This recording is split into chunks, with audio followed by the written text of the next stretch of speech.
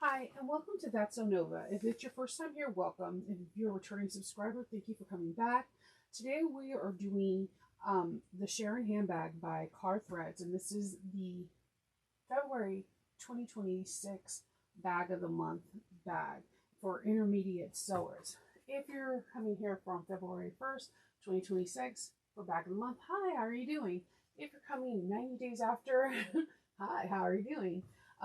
This bag is super fun. I have made it on a domestic machine, the Burnett 79, the Yaya Han edition. Love that machine. And today I'm going to be making it on two different machines for you guys. I'm going to be making it on two different kind of industrial jukis. One is similar to like a Janome or HD9 or a sewing a Juki QVP Mini, like any of them, any of the QVP Mini, any straight stitch machines. But I wanted to show you that this bag can be made on any machines depending on what materials you use and how well you know your machines. This first one that I made, this is the one I made on my Burnett, and I used cotton woven, and then I use this heavy duty corduroy. I'm a corduroy girl. Anytime I can put corduroy in anything, I will. This brown, I know it looks like it's cotton, but it's not. It's upholstery vinyl. Okay? This bag has so many cool qualities. Let me show you it. First, you have these nifty side pockets, side snaps to make the bag enlarge or give it this beautiful shape. In the front, there are some pretty deep pockets. There are different pocket size that we'll go over in the pattern where you can make the pockets deeper, shallow, or deeper. Then, when you open it up,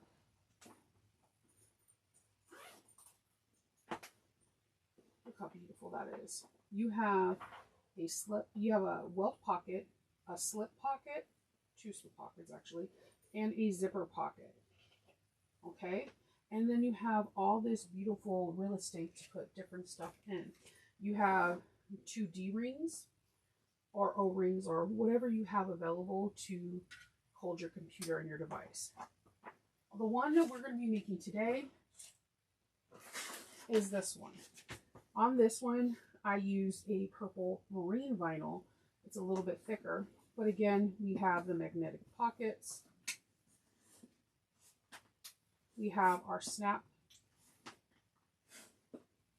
When you open it up, you have this zipper. You have a zipper pocket in here. A welt pocket, and again, I think a welt pocket is a very good skill set to learn, especially if you're a person that does not want to, you're like me and you don't close your zippers. And then you have this beautiful real estate. You're going to learn a lot of cool different traits. One thing I want to advise you of is that I did not, for whatever reason, did not show you how to put the rivets in on the rectangular D-rings, but I will explain it to you after the fact, but I will warn you ahead of time in the screen that this is the step that you need to do. I'll flash it. You need to make sure that you put your if you opt to have rivets on your rectangle or square your triangle rings before you set it in for your final step to stitching all the way around. I just wanted to say that in the beginning of the intro because I don't know why I forgot that step. But everything else we walked through nice and easy. I absolutely love, love, love this bag. I think it's a beautiful bag and I can't wait till you guys make it. So grab your pattern, cut out your bag, do the prep work. The prep work will make this bag a dream to sew through, and we're going to go through every single step. I'm sorry it's not a short video. I like to teach very thoroughly, something that I can hopefully that everybody leaves no questions and to imagination that you're like, okay, I got this. All right, so grab your pattern, grab your materials, and let's get sewing.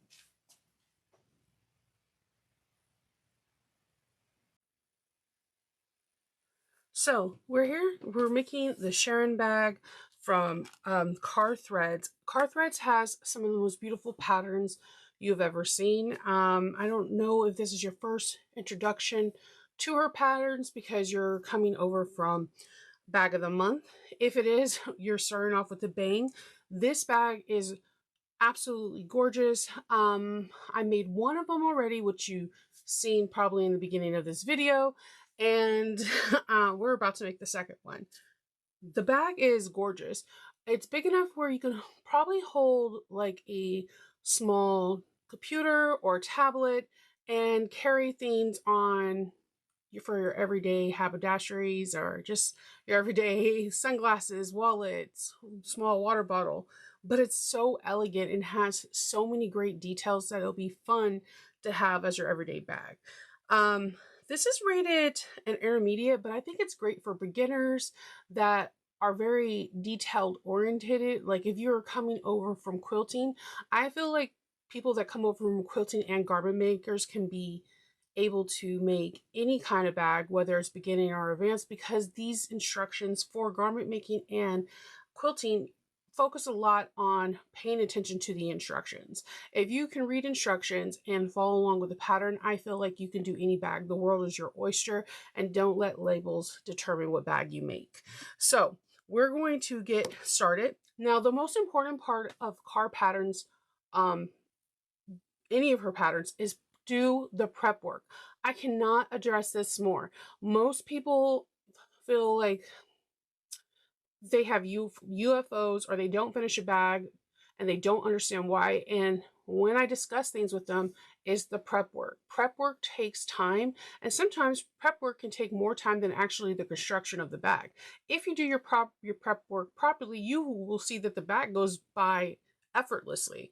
I can honestly tell you, I think my superpower is sewing fast, but prep work takes me a long time. But I learned to enjoy prep work because I can see and I can start imagining the bag coming together. And with the materials that I pick, I'm excited to start sewing. So with that being said, definitely get your pattern, print it out. Make sure that you print it to 100% actual size, or also make sure you test the 1 inch or the centimeter test page that is usually on the back of the pattern. Once you have that all, print out all the pages, and there is AO files and SVG files, which you can't ask for more. And if you are coming here after this bag has been out of the bag of the month, which is usually 90 days after, make sure you do the same. Okay, you're going to find out on page 2 a little bit more information about Sandeep, and then she also has her video tutorial. And I'm big on watching the designer's YouTube tutorial because it can give you insight on the bags and give you tips and tricks that you were not aware of. This bag is 13 inches wide at the base, 9 inches tall, and 5 inches deep. It is super cool. It has these 2 slip pockets that you kind of can make deeper or smaller, like taller, so they're not too deep on the outside of the bag. And you have a welt pocket as well as a zipper pocket in the inside. The bag closes with a recessed zipper, and it's just pockets on pockets on pockets on pockets. You do have, she basically goes over about how you need to print out pages. If you don't want to print out an actual physical copy like me, how you can print out pages 52 to 76 and print it out to scale from actual size or 100%. So you can see all of the bag testers bags, and which I love. She has the anatomy of the bag, which is one of my favorite things to look at the bag, because this is how I can imagine my bag. She does have the cut list as well as it in measurements, as in also in centimeters. So for everyone else who are not Americans, she has the cut list. I'm American, so I can make that joke. So then we're going to get started into the prep work. Prep work is the dream work. Do all the prep work and it will make your life easier. And then we're going to start on page 17. Page 17 has where we're going to be beginning our work. She does have, prior to this, how you create long tails and how you pull threads through to make a seamless a stitch where there's no knot. So I'm going to be actually showing you this and reading it to you at the same time. We're also going to be connecting to the crossbody connectors. So with the crossbody connectors, you're going to fold your fabrics over where the long ends are going to butt up next to each other, and you're going to stitch 1/8 of an inch all the way around. We're going to do the same thing with the handle, so I will be showing you that in the next step. Then you need to punch holes into your base piece.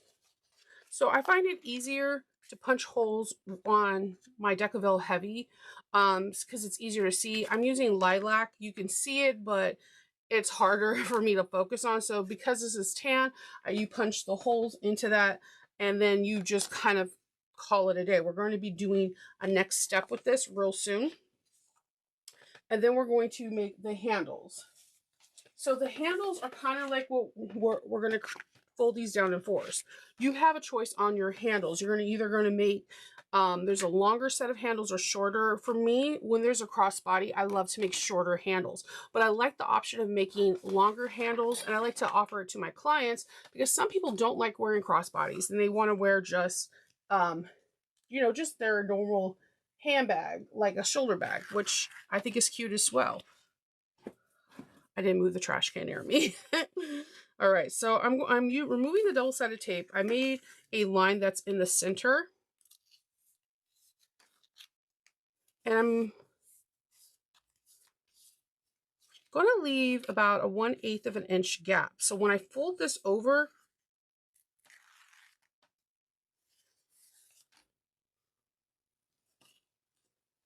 there's somewhere for the bulge of the fold to go. I'm just pressing it down with my hands as I go. And we're going to top stitch this at 1/8 of an inch. Now you could put clips on this if you wish. I'm sometimes an over clipper. You'll see sometimes you'll be like, Shinova, how many clips do you put? And then there's other times I don't use clips at all. You gauge at your own pace. To me, this is a handle and it just folds over easy. I'm going to be using Tech 70 thread, and I'm using the Fairy Floss by Wizardly Stitchery. I had a hard time picking out the thread color with this very lavender lilac kind of color, but the Fairy Floss is very pastel colors, and it had some of the lilac, so I was like, let's go for it.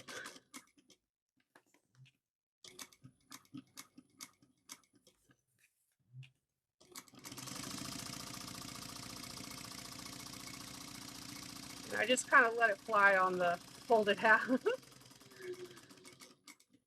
And I backstitch. So we have our beautiful handle, and I'll let you see this variegated thread is absolutely gorgeous.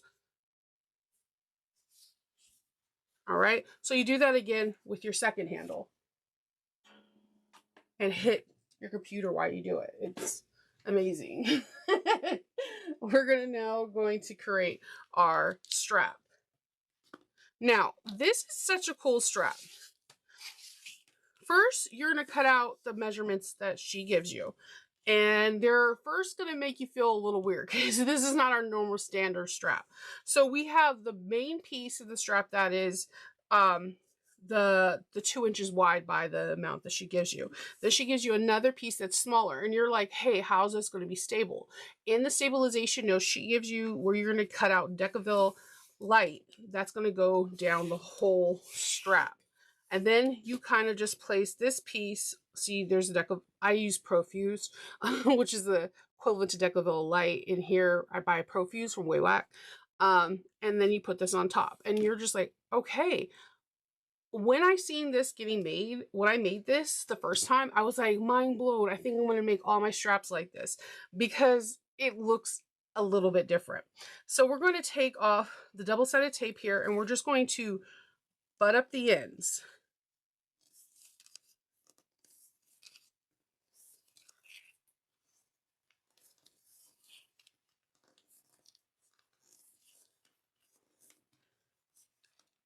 And you want to make sure it really wraps around that piece.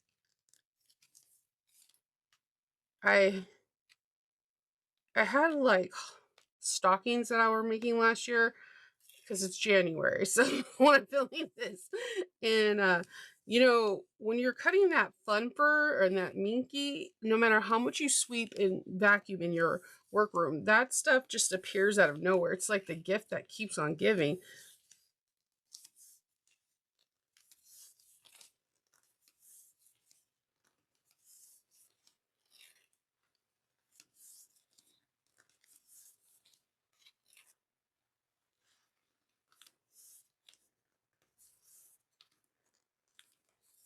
Okay, we're going to do this again on the other side.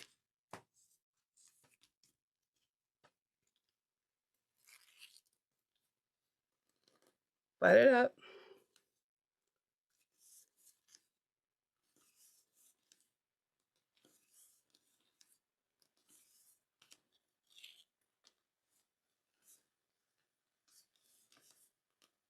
And removing any unwanted fuzzies in the process. And this is a very strong strap. Because of that Decoville light being in the center, but because it's Decoville light, it's not taking up a lot of like bulk, but there's no stretch whatsoever. Sometimes even when you fold a strap in by fours, their vinyl still has a stretch, and this kind of prevents that stretch, making it a really strong strap.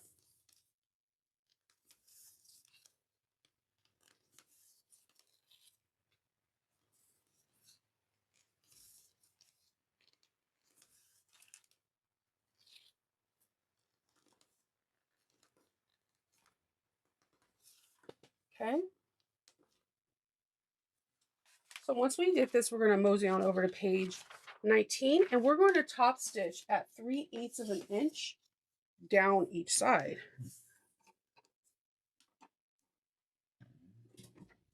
And I always back stitch at the beginning and the end.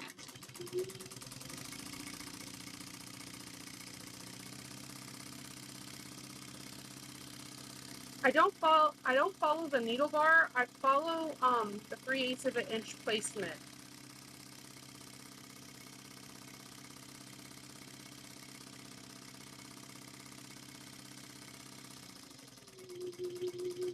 If you follow the needle bar, sometimes you can get like, I don't know, like, I don't want to say hypnotized, but that's the best word I can come up with.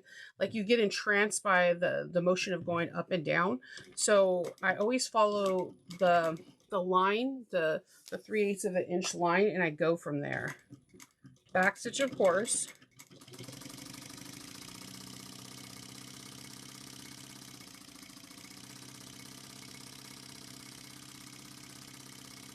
And I kind of have my hands like in a position so it's guiding to make sure that it doesn't go out of that 3/8 of an inch position. Like, look at how pretty this is already. All right, so we're not done with the stitching. We're going to then stitch all the way around at 1/8 of an inch.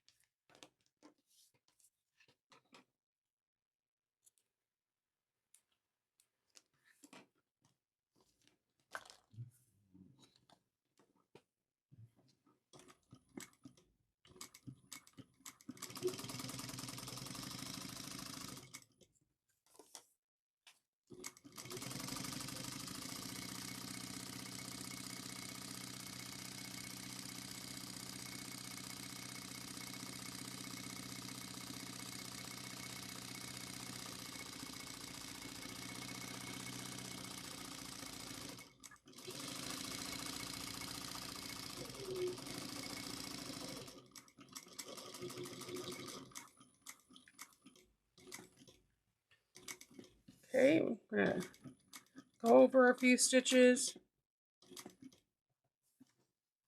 and start on this side.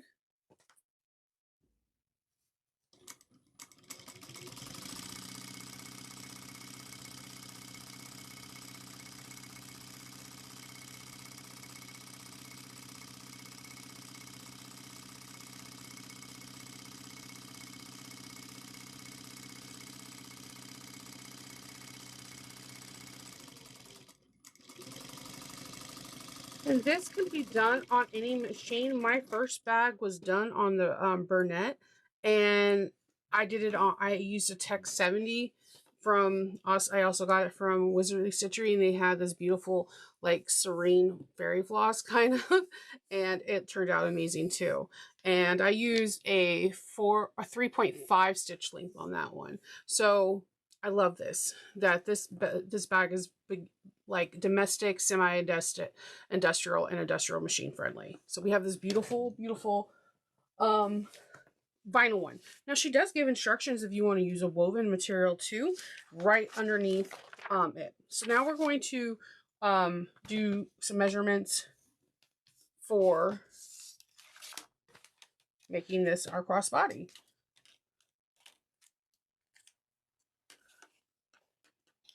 So we're going to, I'm taking a silver pen and I'm just marking out the measurements that she has on page 20 on section 27.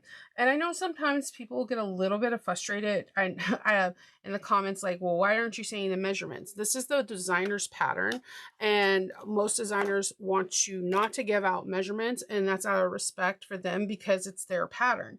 So I understand that there might be some kind of frustration because you're following along. That's why I'm ensuring you that if you look on page 20 on step 27, I'm sorry, on step 26, there is a measurement. So there are 2 measurements, and if you follow along with me, you just have to now mark them and punch them out. And I assure you, I'm not doing that to irritate you, I promise. It's to protect the designer and what they asked and their request of me, okay? So that we have those 2, and we're going to grab, I'm gonna grab my, bear with me, my my press is not just a normal press. I mean, it's a doozy.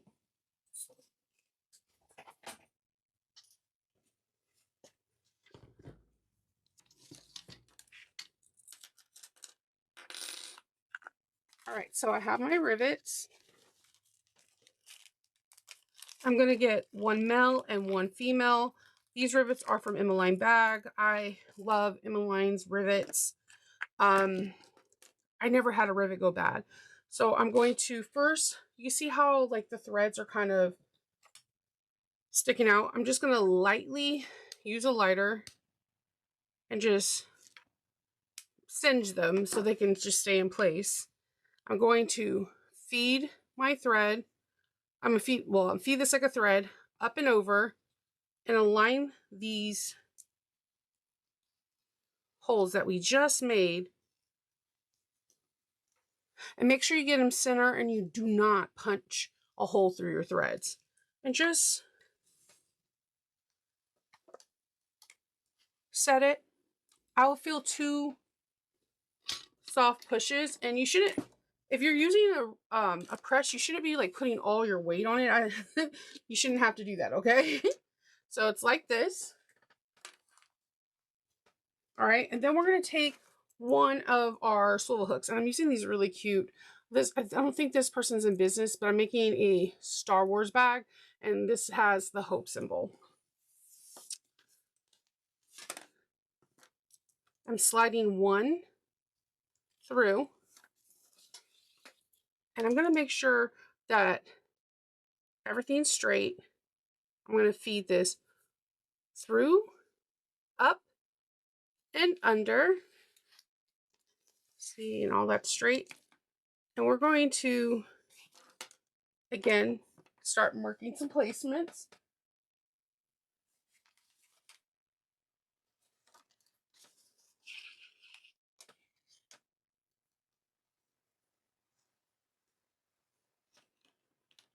The same placements as we had before.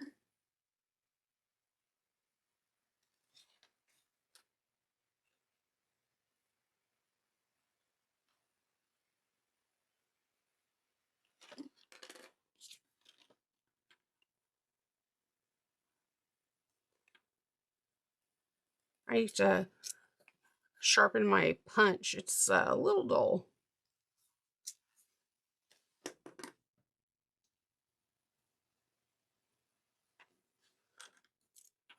I'm going to feed this through. And just make sure everything is nice and going the same direction.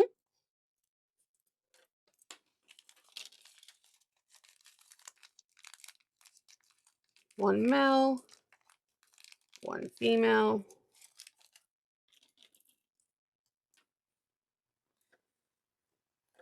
Thread them through. Kind of singe these.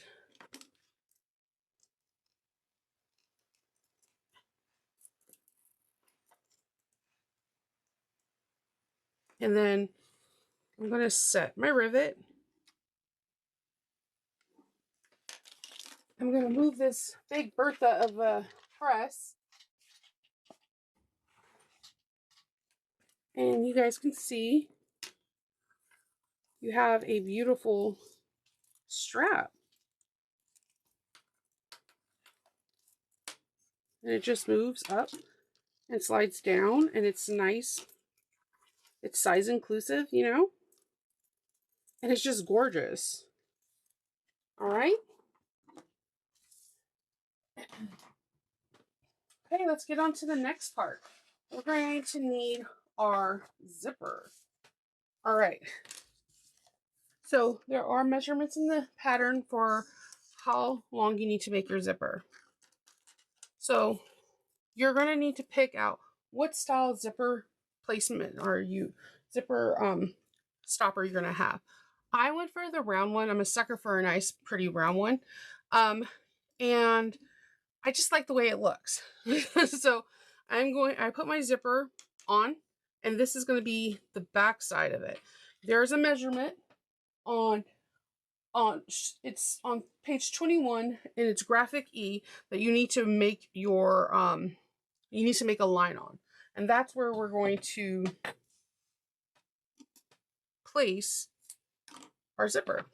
So I'm going to just put a little bit of double-sided tape here, and just for good measure I'm going to singe the back of my zipper tape. I noticed a really colorful zipper tape, it just frays a little bit faster than solid zipper tape. I don't know if it's just like the coloring process, the way it's weft and warped. I'm not too sure.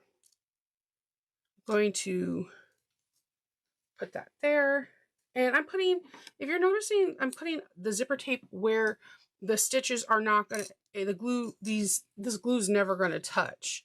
I'm just making it just so it can just stay in place.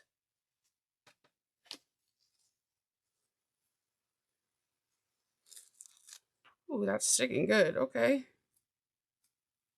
I actually had to have my husband cut this out because I could not hand cut this out. I hand cut out the first one perfectly, right? And then when I went to do it a second time, it was not cooperating. So he had to hand cut it out. And yes, there are SVG files, but I don't know. I like hand cutting until I can't. Then I'll ask my husband. And he did it. So that's on him. So we're going to stitch around this at 1/16 of an inch. This is going to be our zipper stopper.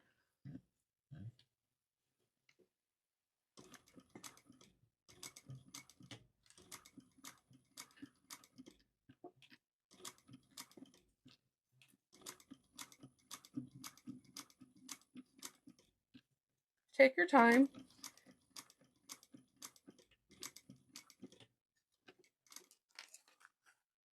Okay.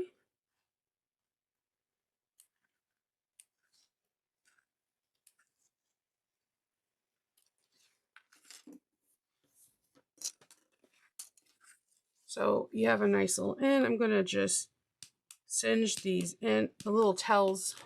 So that's really pretty. I love that. She has two options. One's like the half moon one that we have, and then we have a square one, and I did a rectangle-ish, squarish one.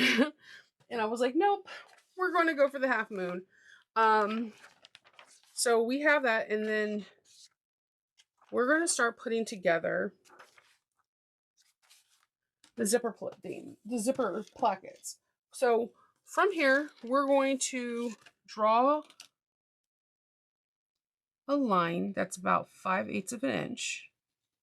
And we're going to create our zipper plackets.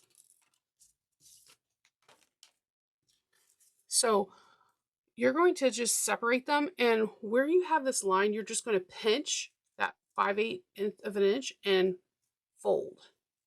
So pinch that line that you drew and fold.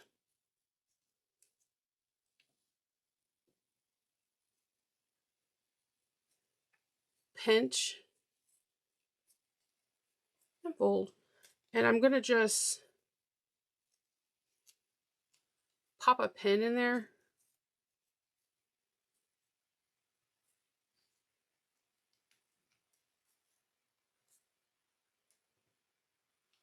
And I'm going to show you.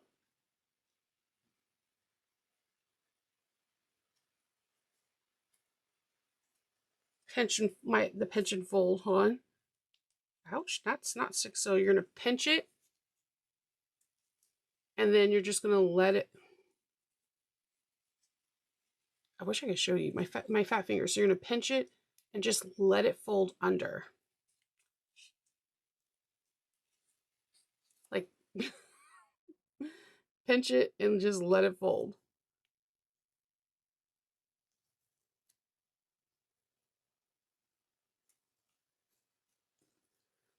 And you can hand sew it at this point.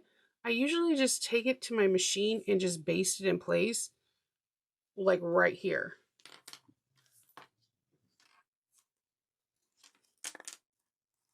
And I fling around my zipper like that as well. It makes for good character. So pinch it, fold it. And I'm just going to put a few stitches in here so I can stay. So pinch it and fold it under.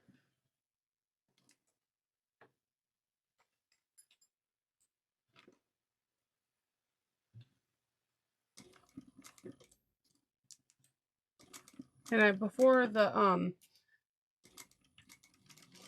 I never let my machine sew over. So just a couple of stitches. Again, you can hand sew it, or I've seen some people with the cool fire techniques. I've tried it on a couple of videos, and I generally wind up singeing my nail polish or the zipper catch on fire. I've done some terribly cool, awful things.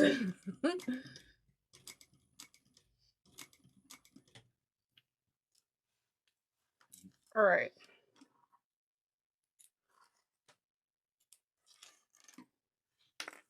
So we have it separated. We're going to get our zipper plackets. That's pattern piece E.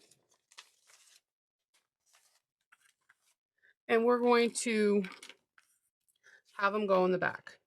You're going to measure a line that is indicated on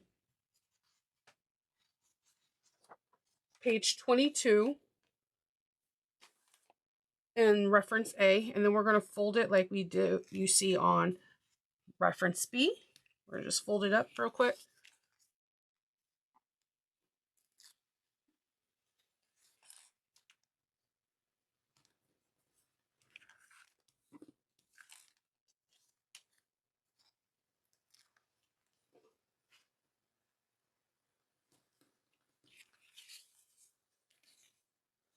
Okay.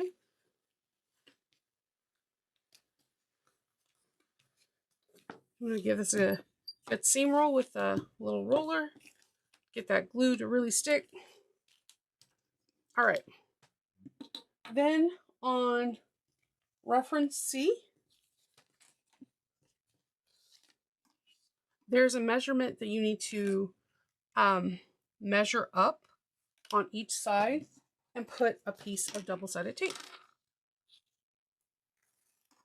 So I'm going to do that, and then I'm going to lay right sides together, one of the zipper tails down. So it's really easy to see where my right sides are because the wrong side is showing. It's clearly white.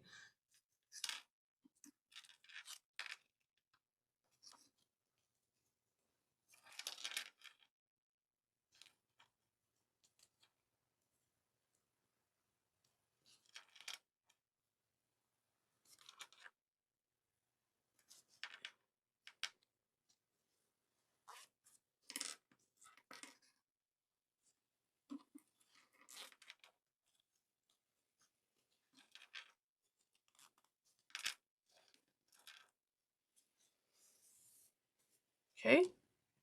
And then we're supposed to lay another piece of double-sided tape right underneath on the top. That's 1/8 of an inch.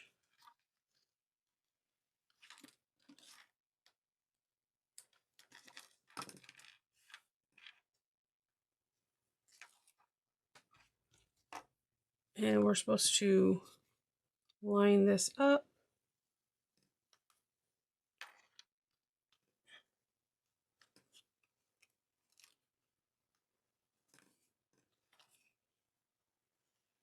And fold this.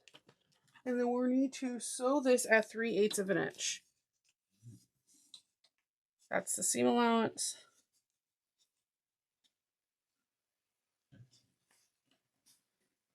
Back stitch at the beginning and at the end.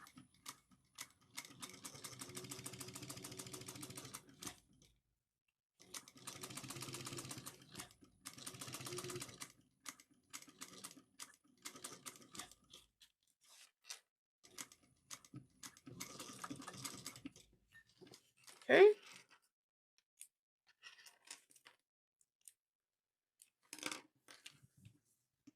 Then we need to kind of snip off at an angle the ends of this, not into the zip. Don't snip the zipper tape, just the materials, whether you're using cotton or vinyl, cork, whatever you're using.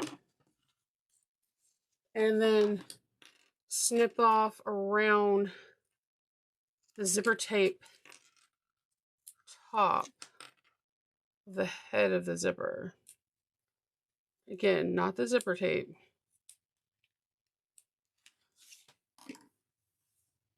Just like around here. Then we travel on to page 23.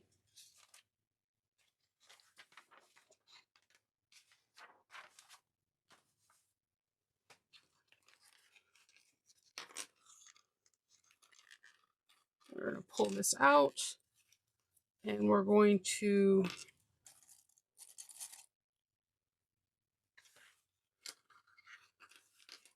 top stitch.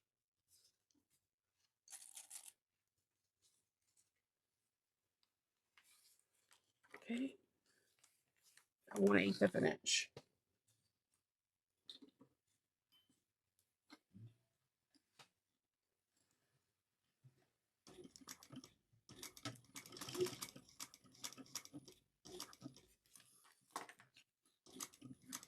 One-eighth of an inch all the way around.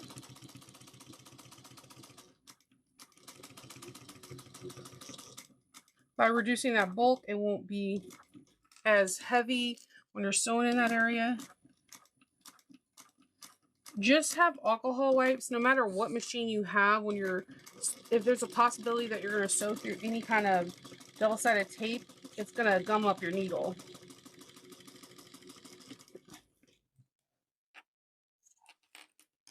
Okay, and we're going to do it again on this other side.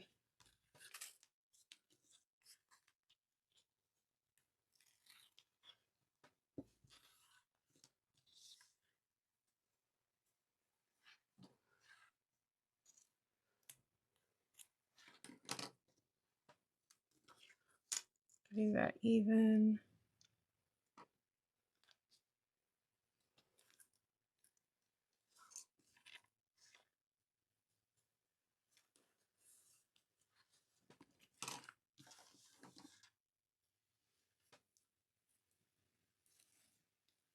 I've never done the double-sided tape on both sides before. I think that's pretty cool. And that's something I might adapt into, you know, other parts of bag making. I think that is a brilliant idea. You don't need clips. Everything doesn't shift.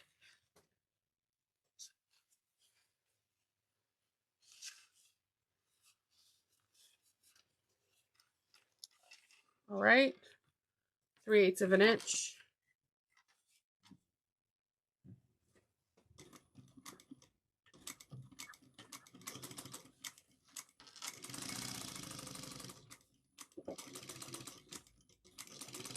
Okay, and make sure you back stitch in the beginning and at the end. And then make sure you cut those threads. Cutting those tails are extremely important. Okay, and we're going to make sure, again, cutting the back at an angle so you can reduce bulk. Do not cut your zipper tape. Zipper tape shreds incredibly easy, and you want to make sure that you don't do that. Okay, so we're cutting around the zipper head.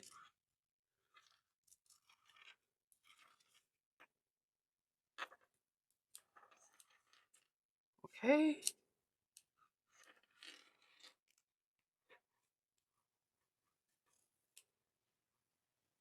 Just remove that excess bulk. And this, sorry, the zipper tape is a little frayy.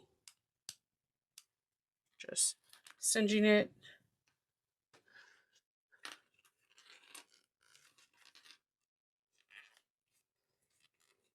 Pulling it through.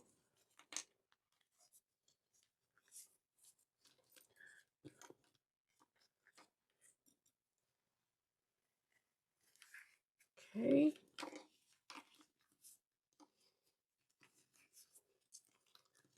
Doing it. You guys are doing an awesome job. We're going to stitch this down using 1/8 of an inch all the way around.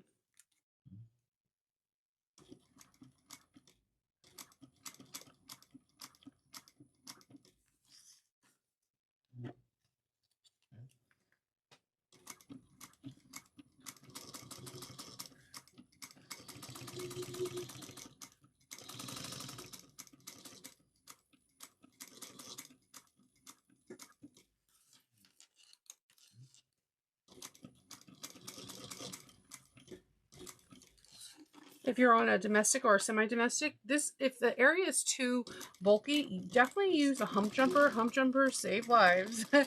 And or a walking foot if the area is too bulky, if it's too much. I also like to use a seam roller to roll out a seam if the vinyl's too bulky.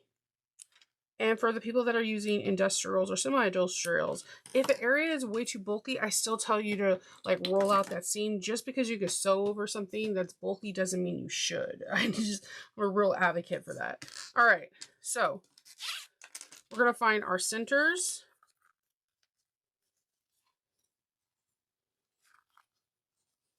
I always clip them because when I try to like find them later, they're always a little bit off.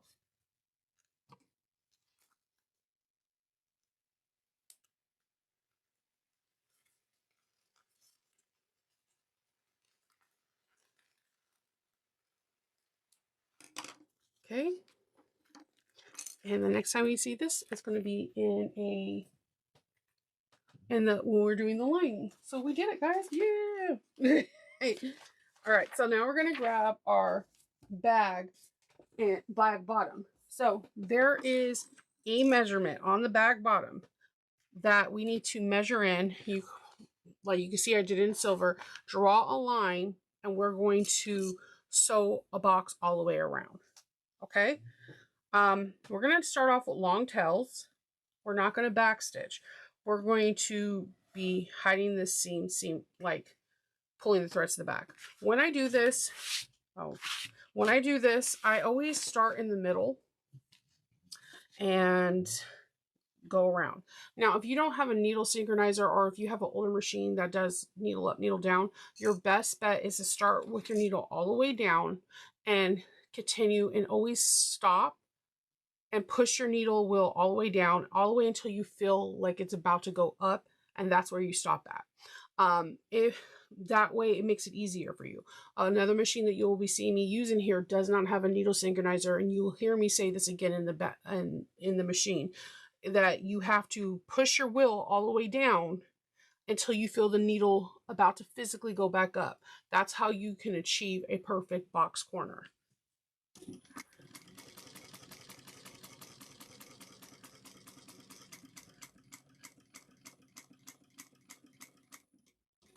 My favorite machine to sew on is a Bernino 1008. And it does not have a needle synchronizer. It's oldie but goodie. It's one of the first machines I got to sew on. But learning how to stop and with needle down and pushing the needle all the way down and learning how to have it where it's going halfway up helps tremendously.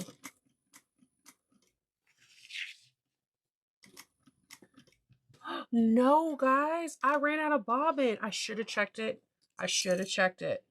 But that's not too, it's not too bad. We could do some things, okay? I'm going to pull the last thread.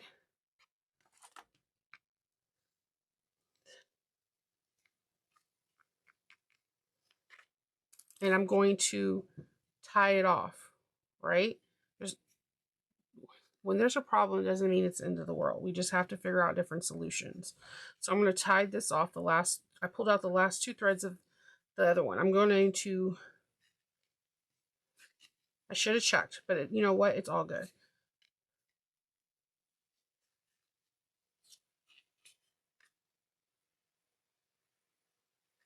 I'm going to tie this off. This is what I'm going to do. I'm going to change my bobbin.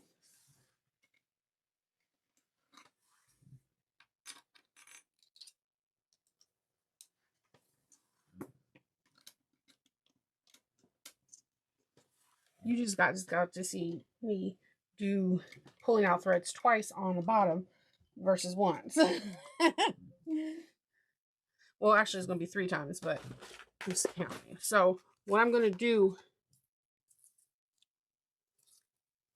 is see how I pulled those threads out. I'm going to stick my needle into this hole right here and have long threads all the way down until it's going to come back up.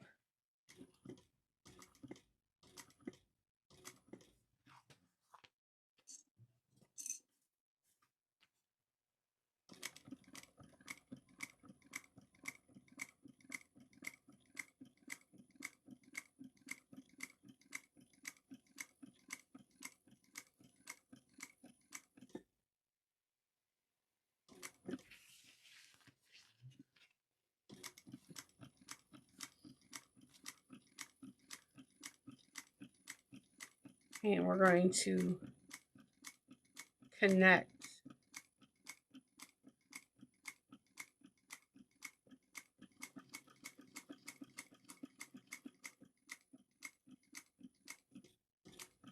all right, long threads again.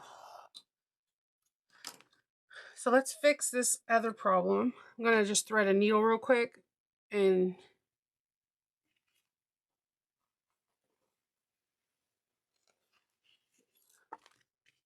so that way this first part is seamless and we're going to act like that didn't happen. But I'm kind of glad that it did because problems like this arise where you just careless me, not paying attention that my bobbin is not ever elastic. And it happens. But now you're going to see that where was the problem?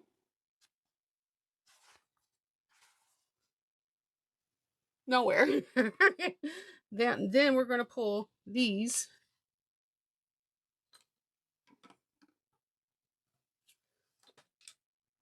You know, these doll needles disappear on me so fast.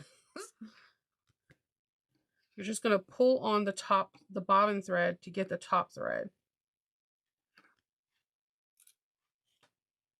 And she has a awesome tutorial in the very beginning before the prep section on how to do this. It's a great lesson to learn, especially if you're doing like top stitching and you want that seamless look, or you goofed up and you hit a corner wrong.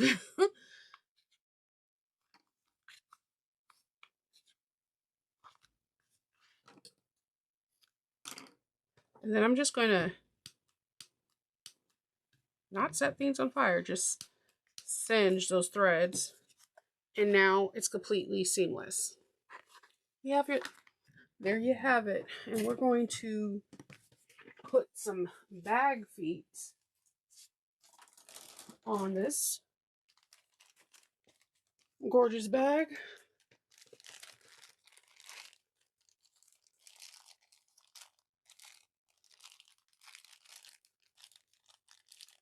There's 5.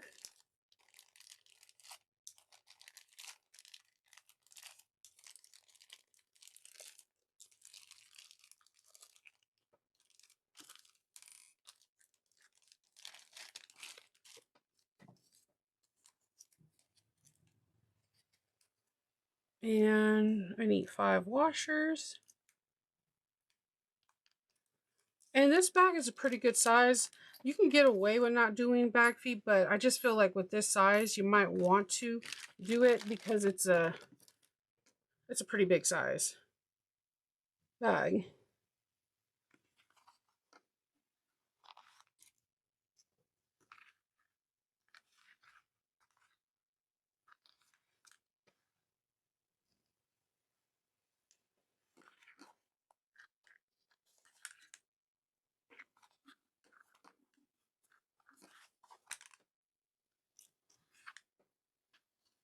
Okay.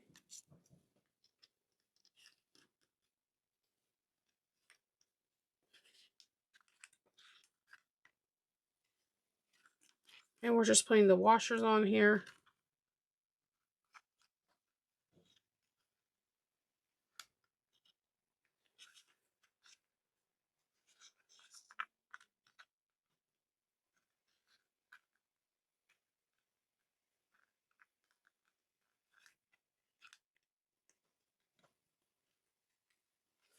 Okay.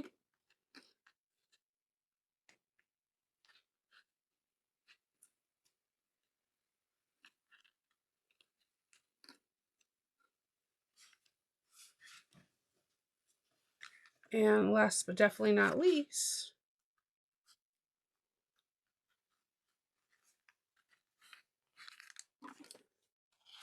and then I'm just going to put some foam on top of here so that way when the lining is laying on it, as it gradually rubs on it, it won't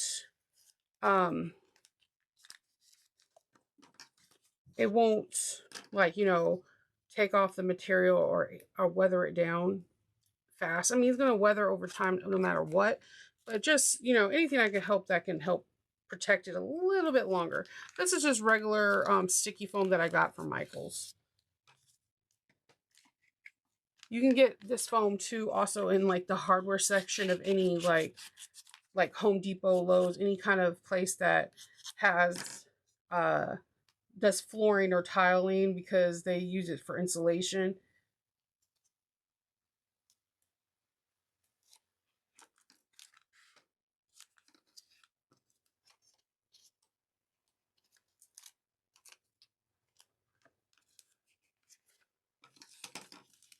All right. So we're done with that part. All right, so now we're going to get on to making the front panel. All right. So we need paper. We need the part B. On part B, there is a measurement that you need to measure down from, it's the opposite side of your interfacing. So part B is a pretty large panel, but then there is a measurement that you need to measure down to put a magnet. And this is where I'm trying to get my magnets ready.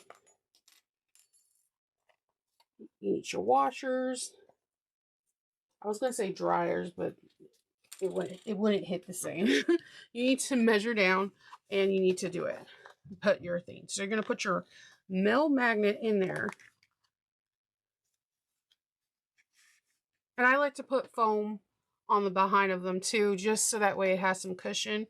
I'm big on the cushion. And then I like to press the prongs going inwards.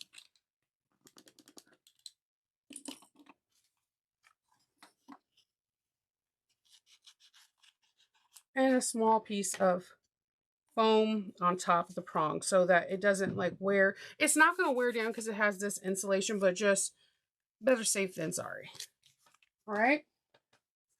So you put your thing in and you'll see from this side, you have that Now, she does have a placement. She says that if you want to put your if you have a handmade logo, you don't need one.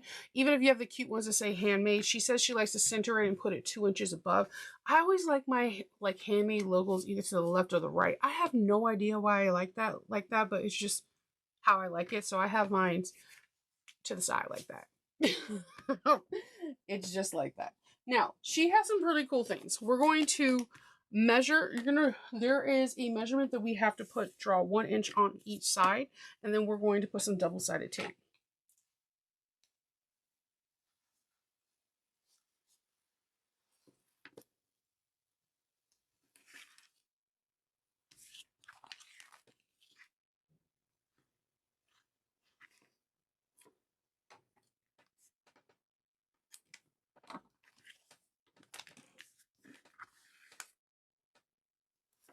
You can see I put some protection over the prongs on my metal tags. And I know someone's going to ask me, where'd you get your metal tags? I got them from Alibaba, and I really don't use them. I like my my leather tags I get from Heartwood and Hide, and I actually need to get some more because I'm out. I hardly use them, and when I came out with a really cute logo, and unfortunately, because they offered my logo to some numerous other people, so that's why I think I like Heartwood and Hide, because it's like there is, yeah, my wheel's really squeaky. Is that because they offer, they're not going to do that. They treat you like humans. So I like Star Wars is one of my favorite series and movies and everything, because I could watch Star Wars every day, all day. And my name is Shinova, and everyone calls me Nova. And so my logo's kind of like the Death Star. And so when I've seen other people have it, I was like, interesting. So we're gonna draw this mark that we drew. Ooh, that double-sided tape is sticking. That we drew in preparation again, like you see on, that is described on step 16 on page 26. So I'm just gonna redraw that. Now this part, pay attention on. You have a choice to have a deep pocket or like kind of a shallow pocket. I'm a person that no matter what front or back side of the pocket, I want deep pockets. I want pockets so far that you can find Narnia in it. Like I want to be lost in my pockets. But there are some people that would like to have a more shallow pocket in the front, maybe for keys, and like a deeper pocket in the back for your cell phone. There might be a person that wants a deeper pocket in the front for your cell phone and your keys, and then have a shallow pocket in the back for candy. I'm going to keep saying candy because I know I'm not the only one that has gums and mints. Okay.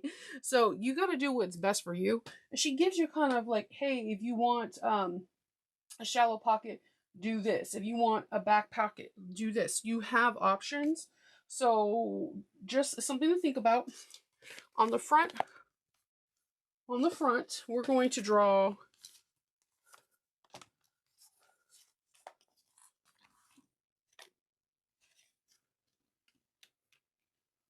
a line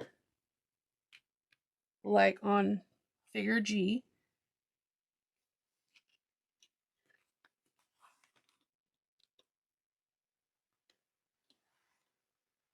I'm using a silver pen. That's going to get everywhere. This silver pen like leaks, like nobody's business, but I love it. I wouldn't change for anything in the world. And then we're going to put some double-sided tape.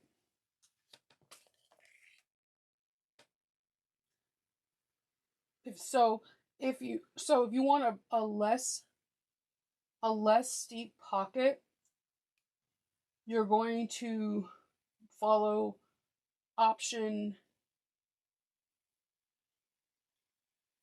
like on step H. So you have options. You're going to put some double-sided tape, and you're going to repeat this process for the front and back pocket. So for the front pocket, you are going to put it, you're going to put 2 inches tape from 2 inches and above. From this part right here, you're going to stop the double-sided tape here. In the back pocket, you're going to put 4 inches. It's, again, it's your discrepancy on here. It depends on how deep you want these pockets to go. Just going to draw a line real quick. So you're going to put some double-sided tape. There are, if you go look at I and J, you're going to see there is double-sided tape for either back or front. Again, you don't have to choose. If you want both of them to have deep pockets or you want both of them to have small pockets, it doesn't matter which one you do. It's just there, she's giving you options, and who doesn't love options? You're going to put some double-sided tape from where the interface starts to the line that you choose, whether you want deep pockets or not.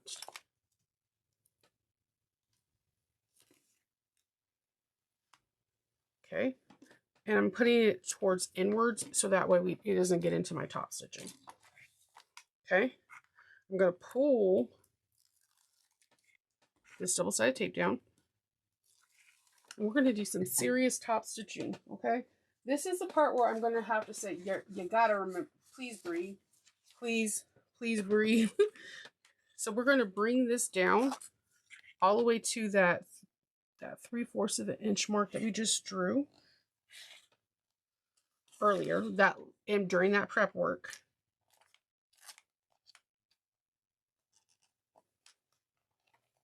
Just press it.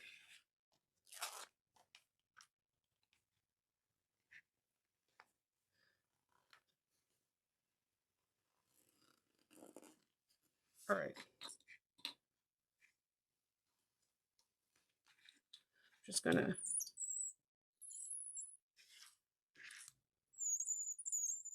it sounds like a creepy like a school bus or something. I'm gonna put some like washi tape here so that way it can stay in place while we're sewing, because remember 2 inches is not held down. All right, we're going to be doing some top stitching, people. All right, so we have some marks here. We're going to be pulling threads to the back. You're going to be doing some top stitching. The first set of top stitching, we want long tails. We're going to go 1/8 of an inch up, across, and down. Okay, now I'm going to start off with a clean palette because I feel like having nothing going wrong with my needle from jump is perfect. I know I used double-sided tape in the previous thing, so I'm just gonna get that glue off my needle and start fresh. Okay, so I'm gonna put my needle down into that silver mark we drew.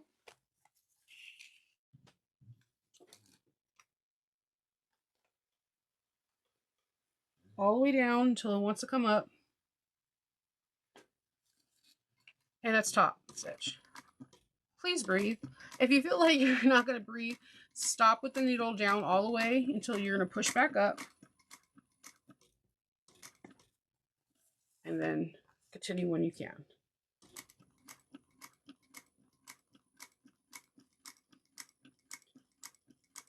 So again, I think for me, when I top stitch, I do not pay attention to the needle bar. I just focus on, like, I'm looking at the 1/8 of an inch mark.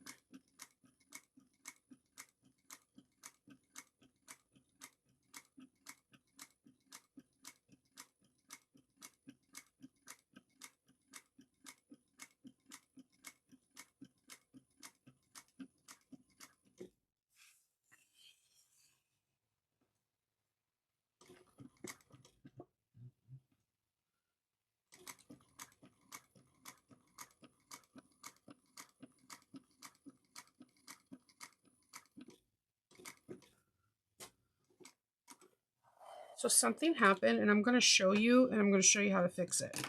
So as you can see, all of it went like flawlessly. So you can see the silver pin drags. I don't know, this particular ink that I got out Amazon, it doesn't dry fast enough. But see, something happened. I got a skip stitch. It could have been from the double-sided tape. I'm not too sure. So what I'm going to address that first. I'm going to grab some top thread. I'm going to thread a needle.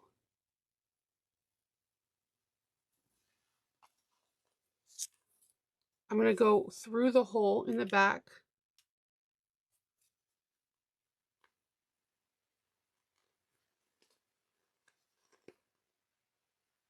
I'm going to go under that stitch.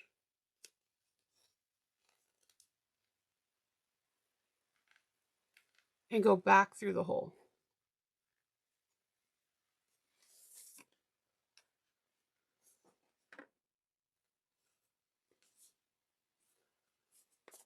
Okay, I'm going to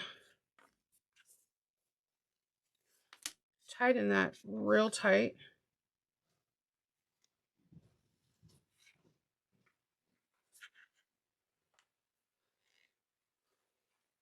And no one's going to be able to tell in the back, but on the front, it's going to be flawless.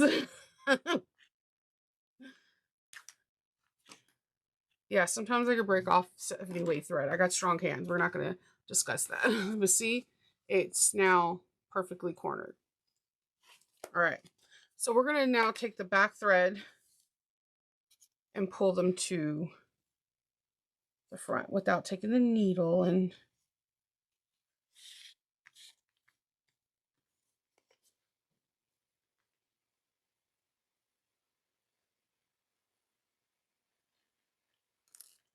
pull these threads to the back, tie them off.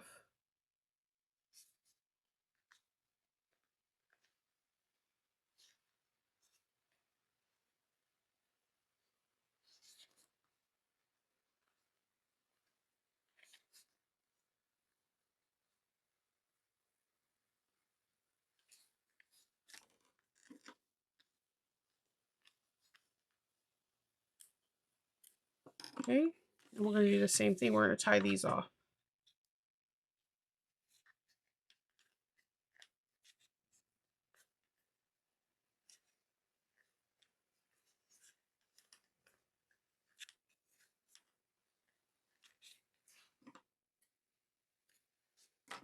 All right, we're going to give that needle a nice wipe down again.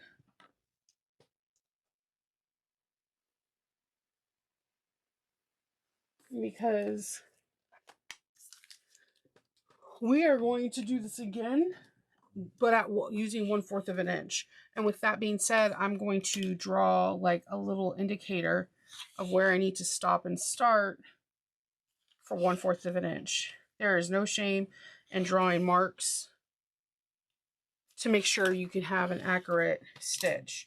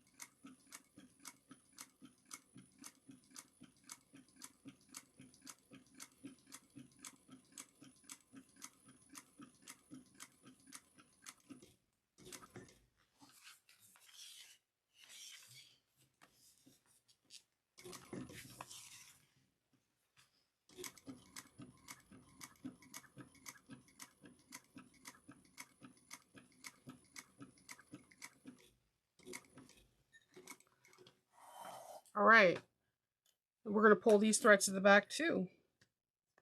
I love this double top stitching. It's so elegant, and I think it's a good challenge. I think sometimes we want to do things that are just easy and repetitive, but the whole thing about sewing is that we try new things that we haven't done before and embrace them. Like, I like a challenge. Like, the minute that something becomes repetitive, I have a tendency of just not wanting to do it again. I'm always up for something new and just something fun. And this, I had a lot of fun doing, because at first I was like, oh man, can I do it? And then when I did it, it felt great. And then when I messed up, the whole thing about messing up is it isn't about getting frustrated and getting mad that you can't do it. It's about how you recover and you try again. The thing is that we all mess up. There's not a person in this world who doesn't. It's about how you recover from it. Are you a person that's going to get frustrated and throw things across the room? Are you a person that's, going to get mad for a second and then just say, like, screw it. Like, I messed up, but then I was able to work it out. Yeah. I was able to work it out, like, it's about trusting the process and letting and trying, like, just trying. So you definitely want to trust the process and just at least try. All right. So once we have this like this, we want to grab one of our front pieces, which is pattern piece A. And I want to find the center. I always like to find the center on everything.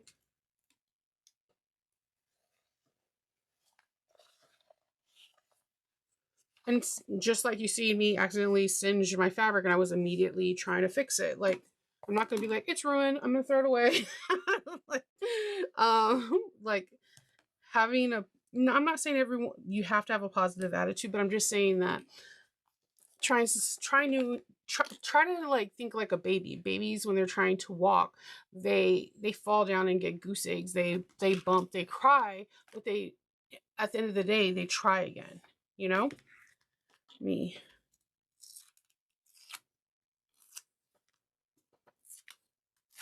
And we can learn a lot from somebody that's not talking, that's trying to do big things.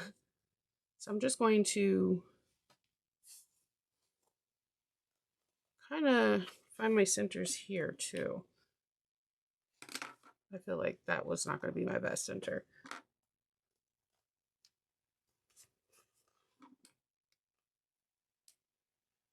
I'm just doing like a small snip.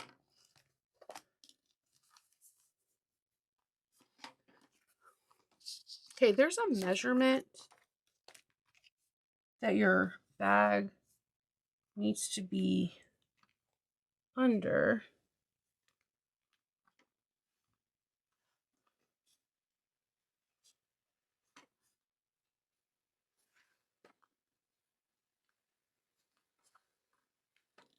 And there's going to be some kind of like taping, and like you could do painter's tape, whatever you have in front of you, not scotch tape, but like, just washi tape, whatever. Oh my gosh, I hate when like the washi tape is so seamless that you're like, where did you go, buddy? I'm like that with scotch tape too. Like, you don't want to see me during wrapping presents and Christmas. I'll be like, what happened? I'm gonna just put some clips right up here. All right, so we're going to hold the clips, and we're going to turn to page 27. So we're going to stitch a line right here, and then you stitch a line where you had either the two or the others. I'm sorry, where you have the two either seam allowances. There's two seam allowances that you had where you put the double-sided tape. So those either those two seams, either on, let me go back so you don't sound like, what is she saying? Okay, so let's go back to on page 26. There were two on section I and J. There were two seams. Like she had one for the front and the back pocket, and I told you you can choose if you want two like the front or two like the back. So there's two seams that don't have double-sided tape. So on that, you're gonna sew either on those two seams. So I'm going to do the first stitch right here.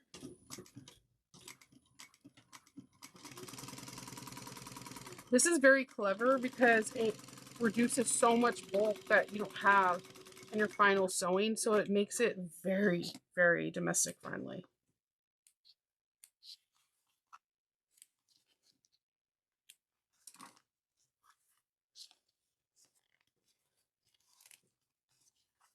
And let me just connect this line real quick so I can stitch on it. I didn't draw a line across.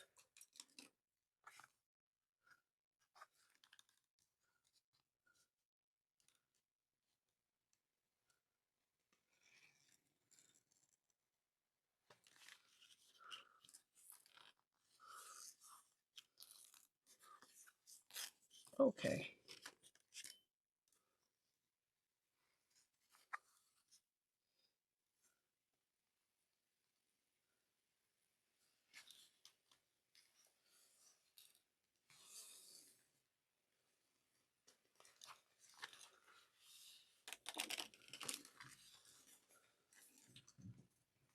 And back stitch.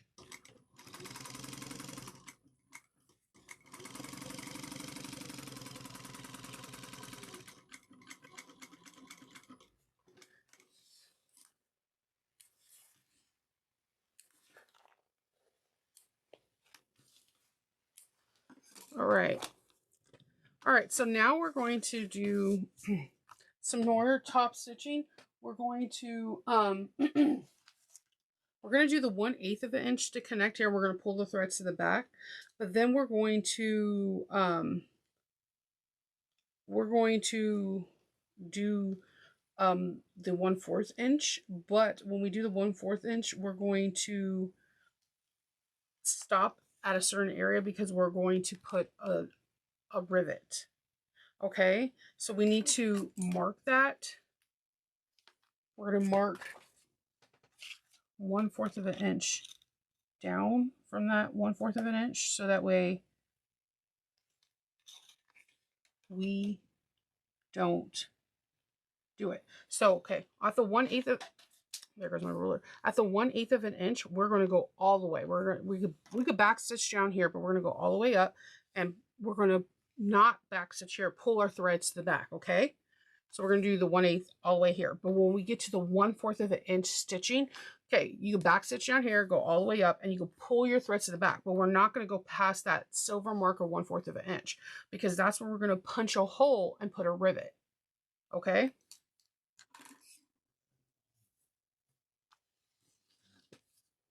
So let's start with the 1/8 of an inch first on this side. And I'm just going to remove some of this double-sided tape. Not double-sided tape. I can't talk today. Washi tape. And it apparently really likes sticking to this. Some washi tape, I promise you, I feel like it sticks more harder than anything else on marine vinyl.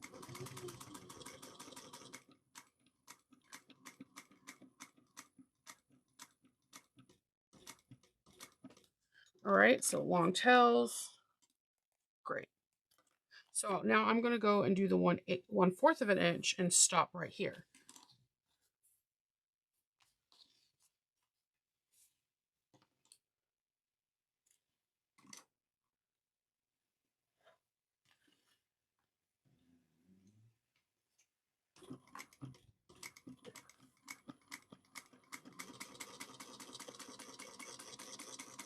And then I'm going to stop right at that marker I made.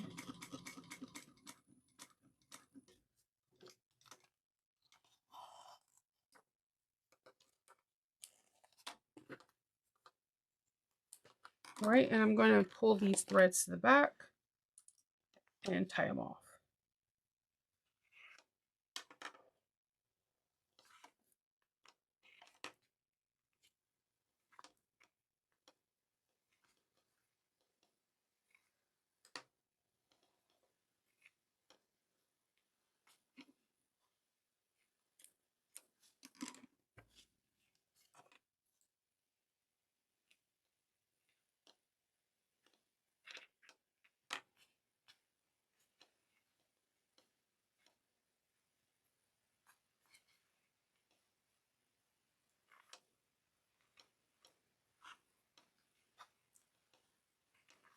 Okay.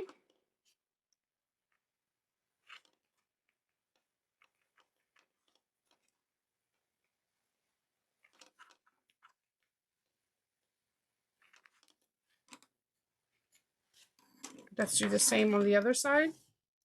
We're going to do 1/8 of an inch. And you can start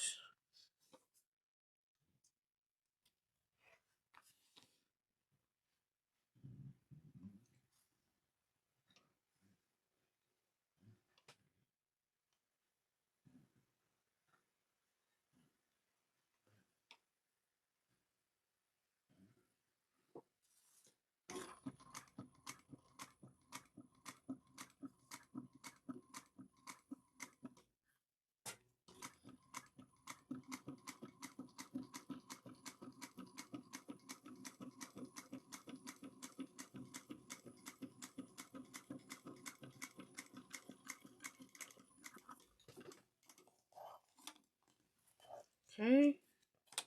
And we're going to start again at the 1/4 of an inch mark.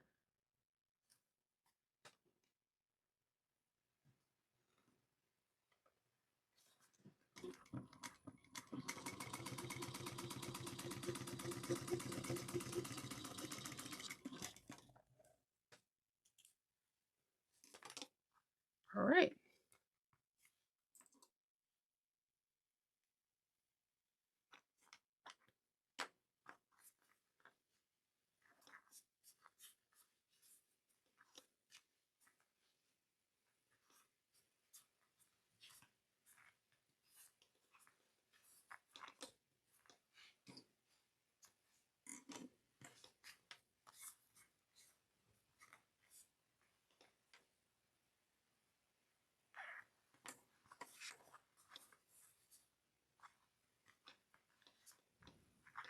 Okay.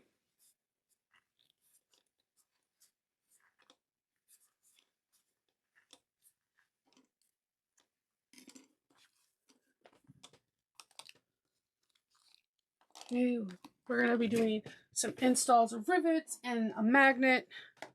So we're going to, right in here, we're going to be putting our rivet. I'm going to be punching through. Make sure you don't hit any threads.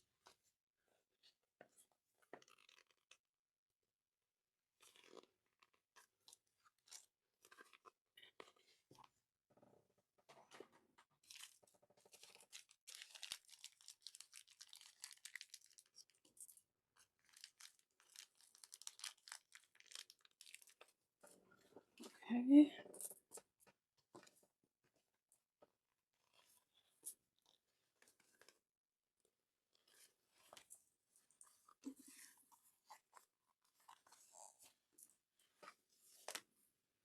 All right, and then just set your rivets.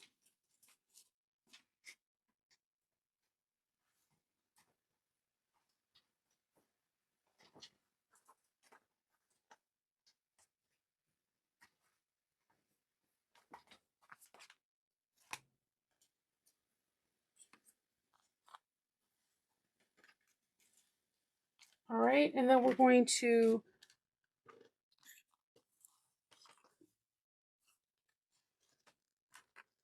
do a magnet placement here, and I'm just putting my pressure on my thumb. Then I see the indentation, and that's where I'm going to put the female side of the magnet. If you did it reverse where you have the female on here and then the male, it doesn't really, it's not a big thing. The opposite side of the magnet.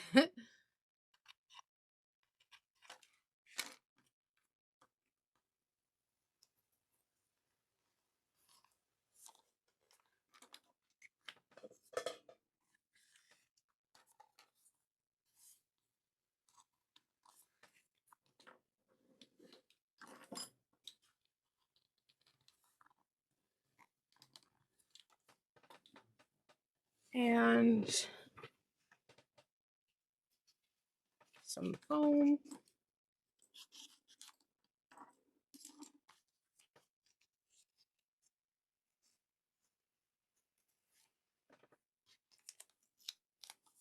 All right, we have this, and we're just gonna close off this bottom part real quick. So it's one unit when we start putting the exterior together.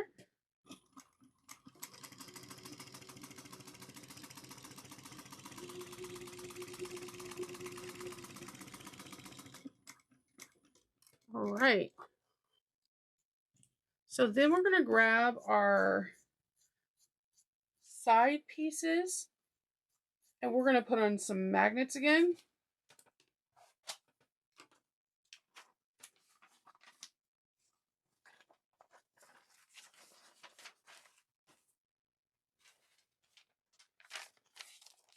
They're pattern piece D.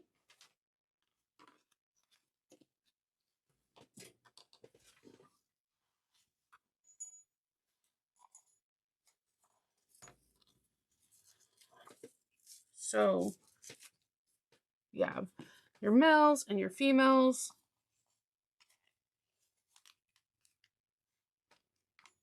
I like the fact that there is, you know, woven interfacing. This is not a super heavy interface bag, and I was able to have everything that I needed in the comfort of my home.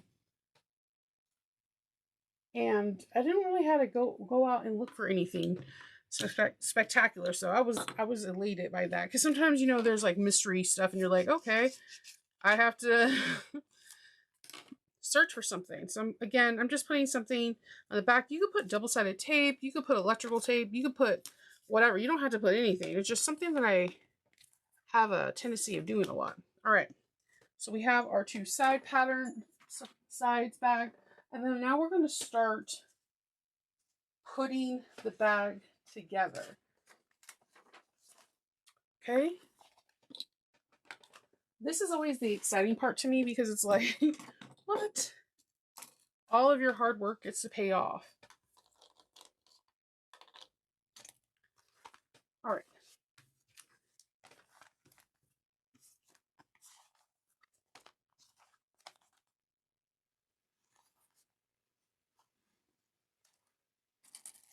Okay, I'm going to grab a few clips.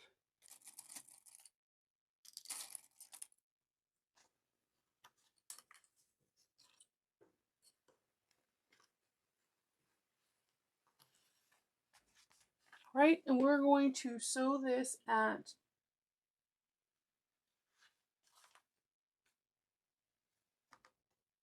let's see. We're going to hold some clips in place, and we're going to sew this at 3/8 of an inch.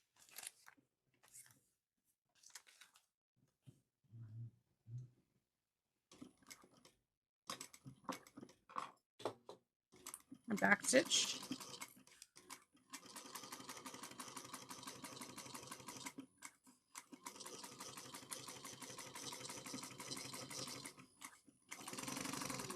Again, if you need to put a walking foot on or use a hump jumper, by all means, go for it.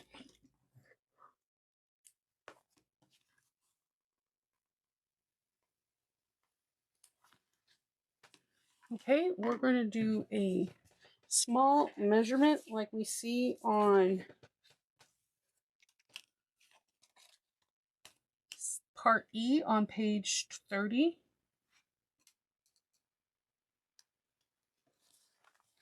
And this measurement you're going to draw or cut out if you can do by eye. And if you're one of those lucky people that can cut it out by eye, I am super jealous of you.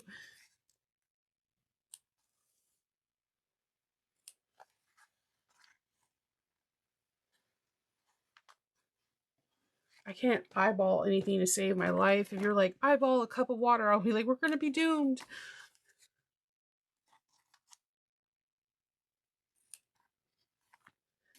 Okay. And we're going to do the same thing to the other side.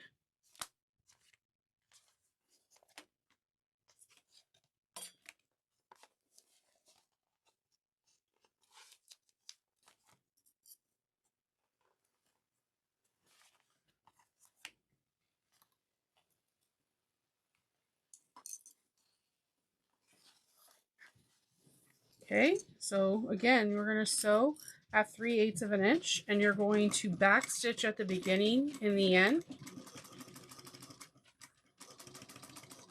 And if any areas are too bulky, you can always use a hump jumper. Take your time.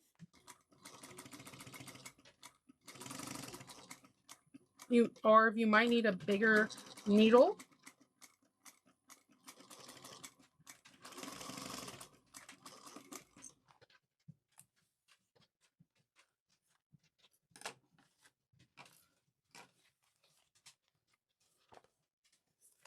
I have to remove some stitches real quick.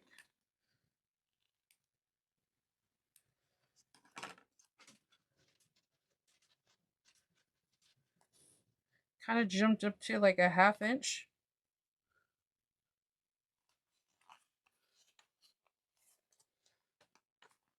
All right, let me go back over that. Kind of like fishtailed a little bit.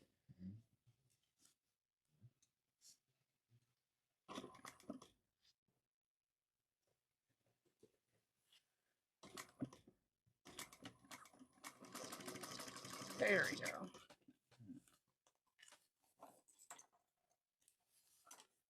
Right, let's do those small measurements.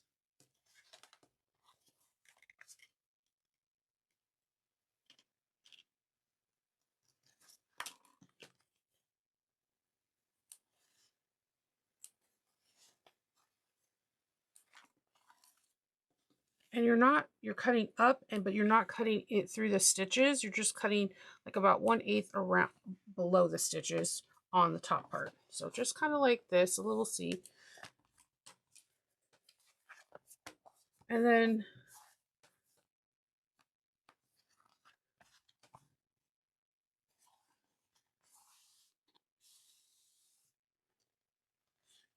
okay. And then I'm just gonna finger press, okay? And then we're going to get some double-sided tape, and we're going to kind of prep these real quick. We're going to make a mark where the double-sided tape is gonna not be at.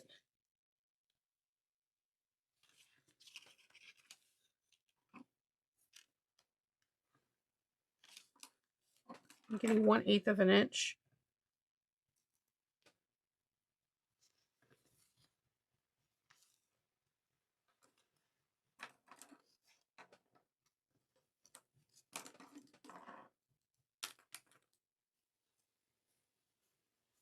I'm pretty excited. We're almost at that point where we're like complete with the exterior. I mean, we're putting the sides on. Come on. Make sure you did all the prep work with having the drop-in lining measurements. So for everybody that does not like binding, it's not a surprise. This is a drop-in lining. You should know that from the prep work. We discussed how important the prep work was.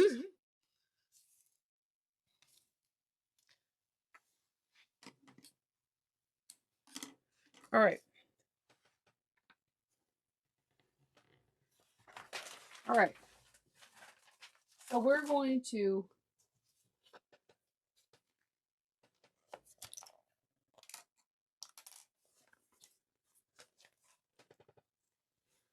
I'm always big on trying to find my centers. Going seam to seam.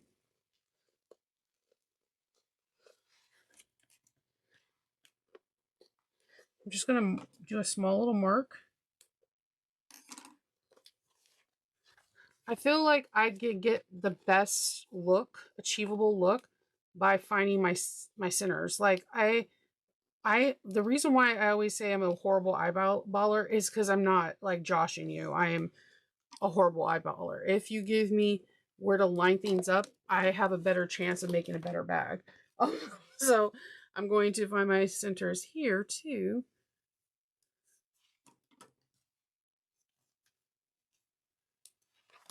Or it could be the confidence. Sometimes it's kind of like the things that we were able to do as kids, like backflips and tumbling, and you're like, I can't do that as an adult. It's like a lack of confidence. You still are probably able to do it, but you're just afraid. As children, we're just not as afraid as we were as a kid. So like if you have that net, it makes it a lot easier. So we're going to do this here like this.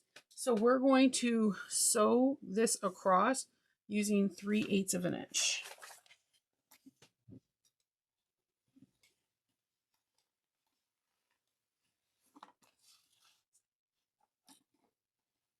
I know it's going to feel like it's going over just a little bit. Just trust the process.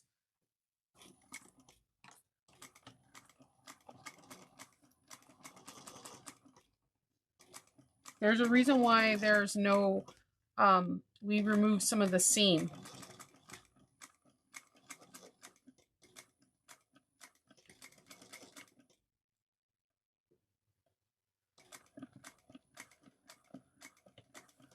All right. I know you're like, what are we doing? Trust me, I did the same thing when I did the first one. I was like, huh? But sometimes we got to just let go and have confidence in the designer. So we're going to do the same thing on this side.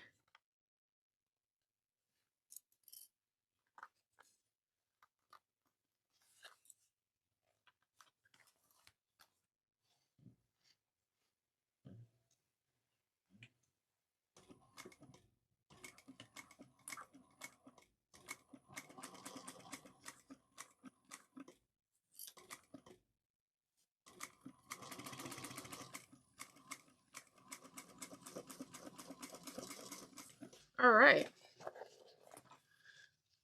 So we have this. Now we're going to start putting together the bag. We're going to start lining it up. So I'm going to remove one side of the double-sided tape.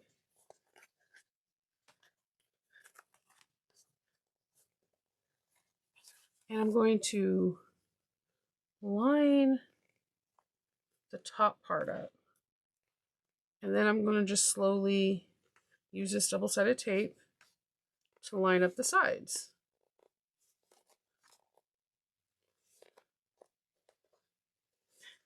Everything will start meshing real soon.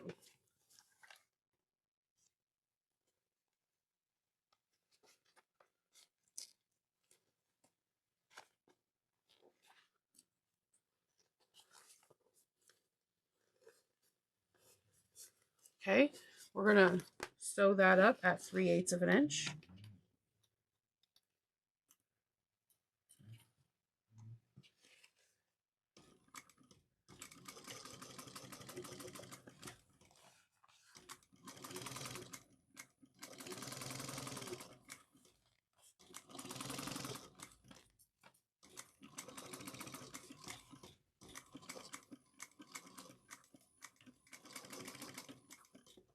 All right.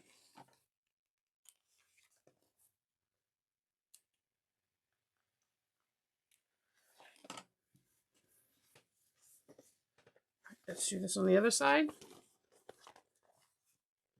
So I'm just like kind of clipping the top.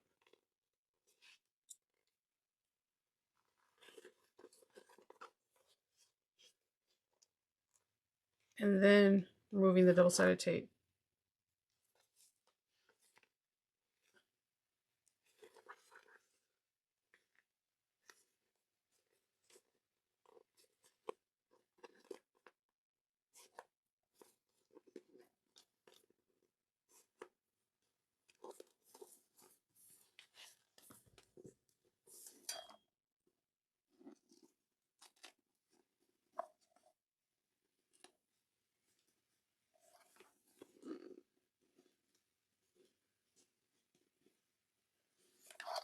All right.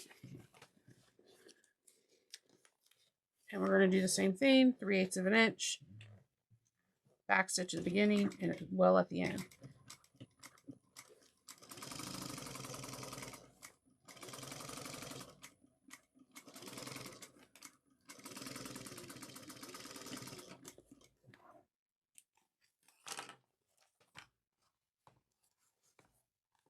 It's coming together, guys.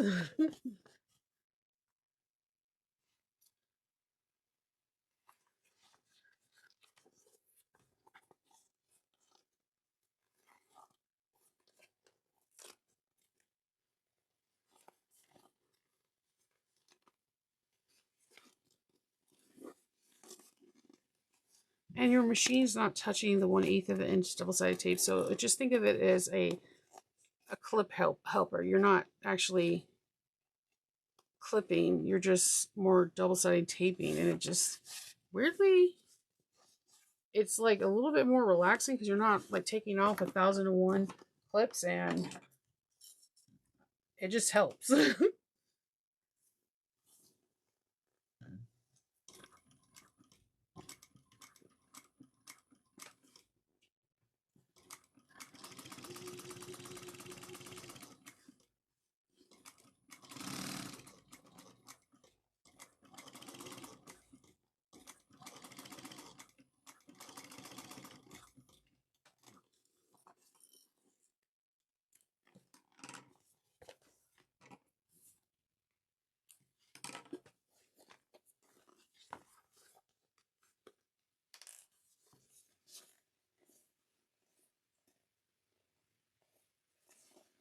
Okay.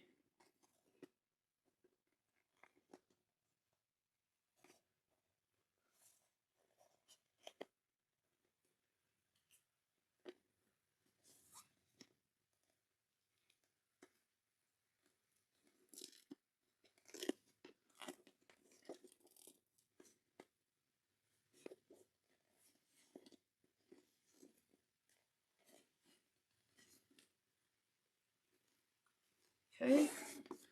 And last but not least,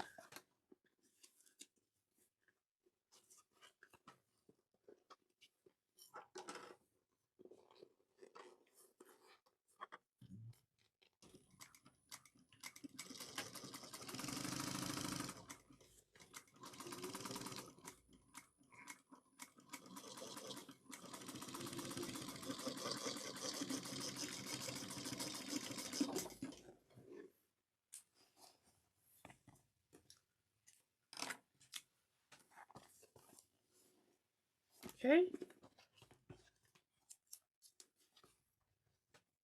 All right. So we have it all done, and we are now going to do there's an optional step if you want to do another set of row of stitching for reinforced stitching the last 2 inches if you want to do that. And then you're going to trim down the seam allowance to about 1/8 of an inch, but you're going to leave about 1.5 inches.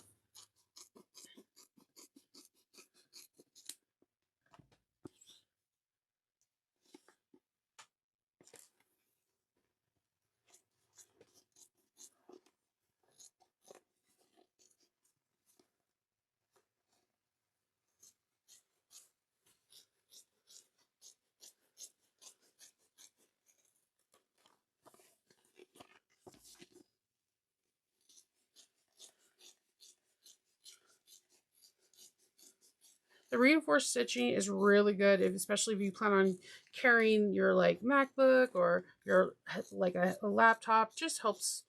And it, like, if you're one of these people that sometimes when you do a bag you can see the stitches on the outside, that helps tremendously. All right. So then from here we're going to take some double-sided tape and we're going to butterfly open the seam allowance.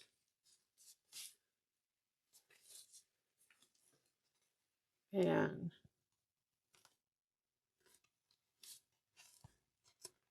kind of get it ready for when this is, prepping this for when it's going to be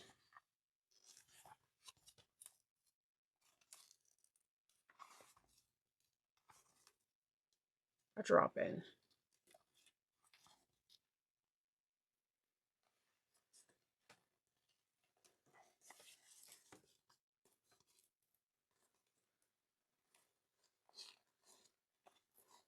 Okay.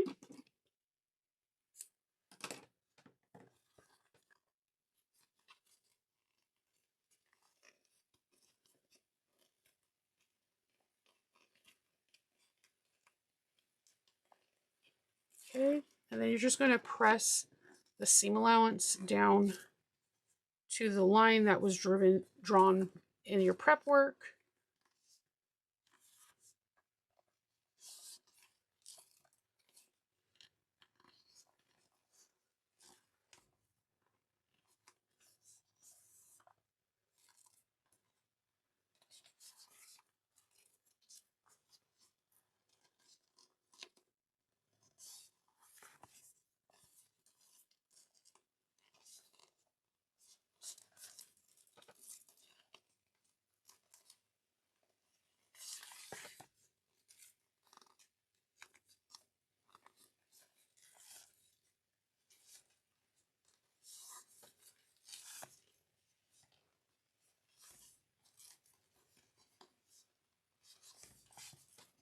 Okay.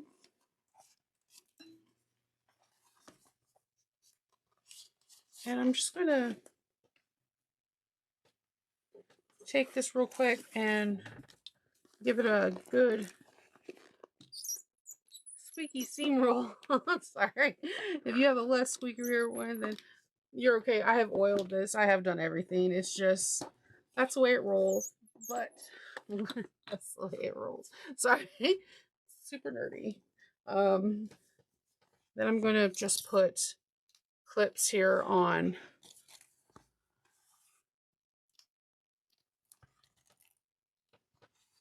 the seams, so that way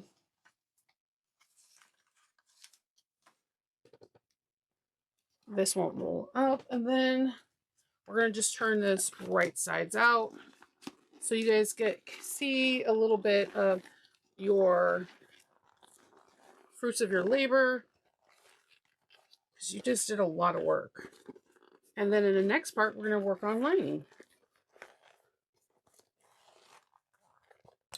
So this will be a perfect time to take a break and then pop back in, pause it, and then come back for the lining. See, it all works out. Look at how beautiful that is.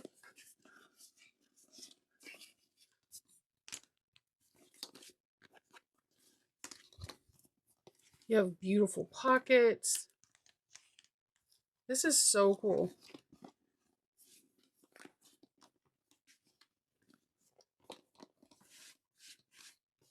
All right.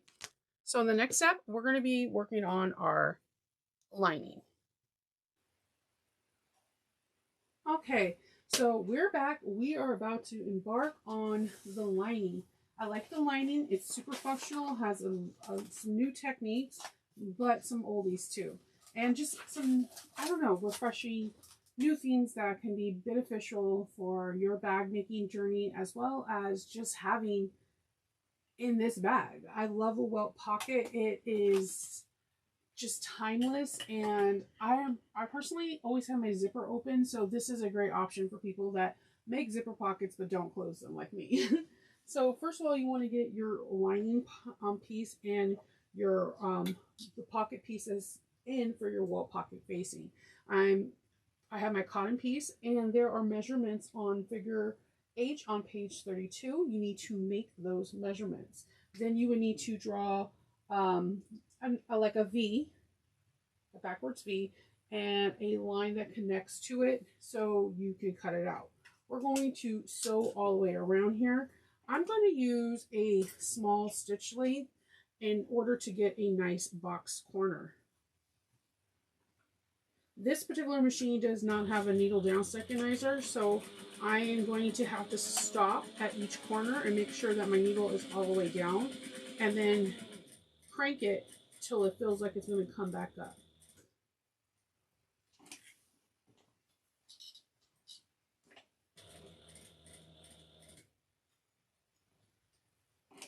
Once you get the rhythm of it, it's not really a bother. I notice when I do zipper pockets or welt pockets or any kind of pockets that has an opening like this, a tighter stitch length gives me a nice crisp pocket.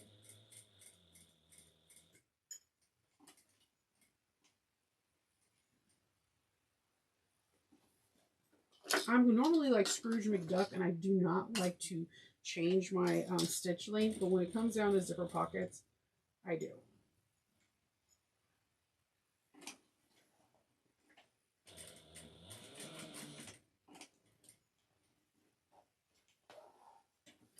Okay, and I backstitch to the beginning, and at the end, you can see my pocket outline.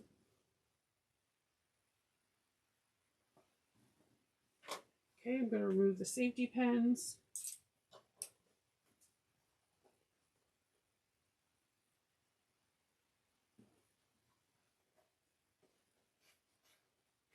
I want to cut into the corner as sharp as I can without cutting into the stitches.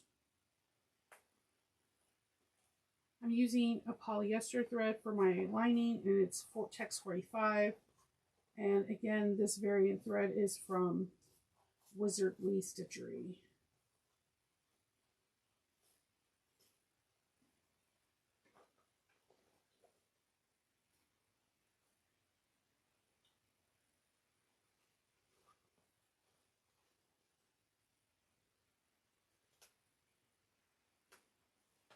All right. I'm going to use my well-loved wool mat and my mini iron. Do not judge them. They're well used, okay? If they were pristine, I would tell you to judge away, because how am I using something that I've never used before? But these are at my side all the time in my arsenal when I'm making bags. I like to press the pocket onto itself, and you can hit it with a little bit of steam if you want. So this wool mat gives it a lot of extra heat, and it shrinks the thread. So now I'm going to press the pocket onto itself.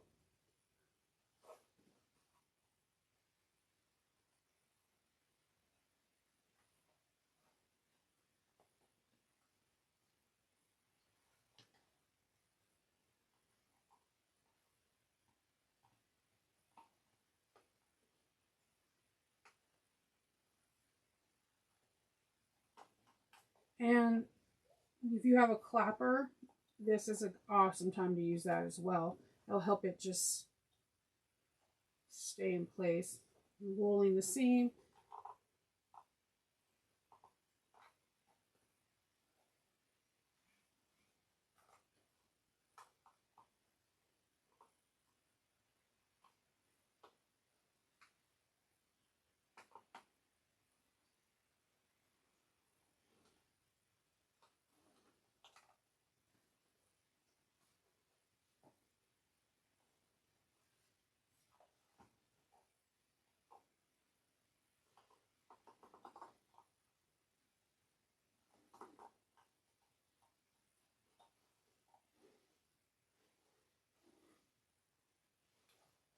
Give it a nice press. I really want this to stay on its side. Now you can use double-sided tape, but like I like to use an iron sometimes and loose so that my nothing can gum up.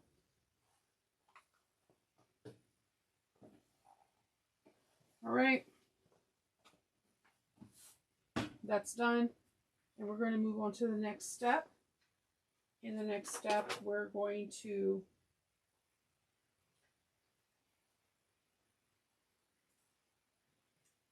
grab some double-sided tape. You're going to fold your welt pocket strip in half, and you're going to, base it in place.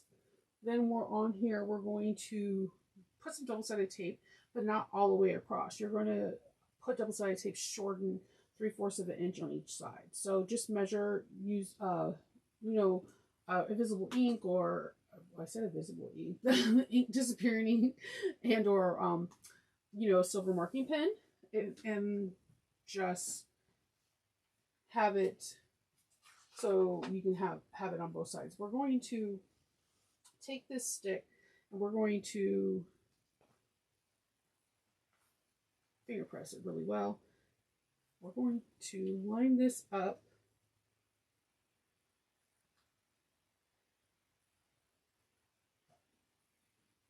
with the bottom,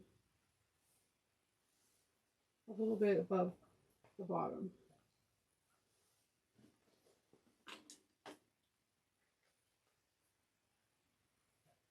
The top of the edge of the window. You want to line it up right at the top of the edge of the window. And this is the same length as your welt pocket, so you're not trying to figure it out. You're just trying to get this lined up with the top of the edge of your window. Okay? See, that works out just nice. Okay? We're going to start and stop, and we're going to sew from here. I just want this to be lined up nice and even. We're going to start and stop stitching here to here. You can pull threads to the back. I'm not. I'm going to back stitch because I believe in zipper pockets and welt pockets having back stitching.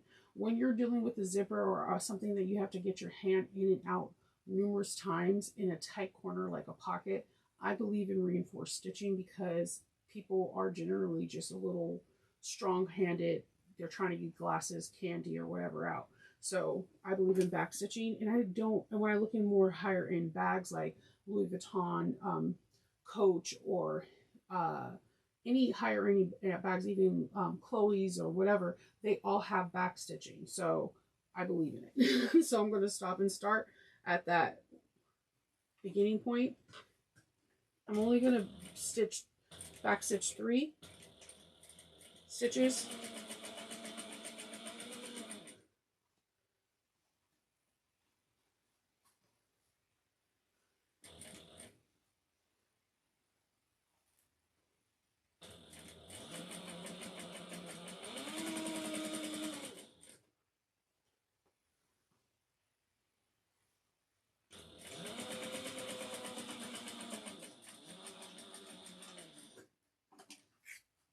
All right.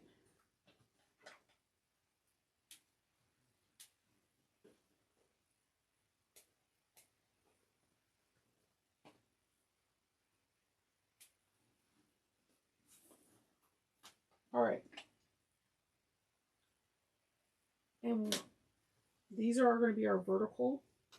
And you can make a mark. I can see this, but you won't be able to. You're going to mark your vertical like you see on E. All right.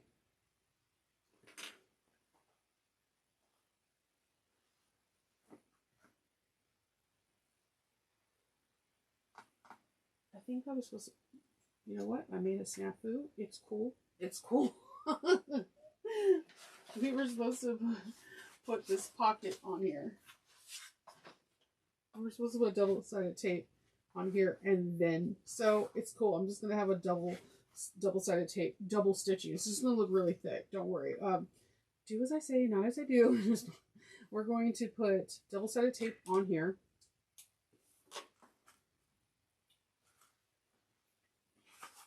And I'm using water-resistant canvas. And we're going to I'm going to follow the same top stitching.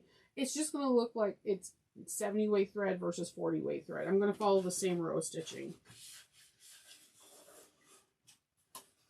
And if you're using cotton or water-resistant canvas, it won't perforate. So it's not a big thing. I've done that before. And I'll probably do it again.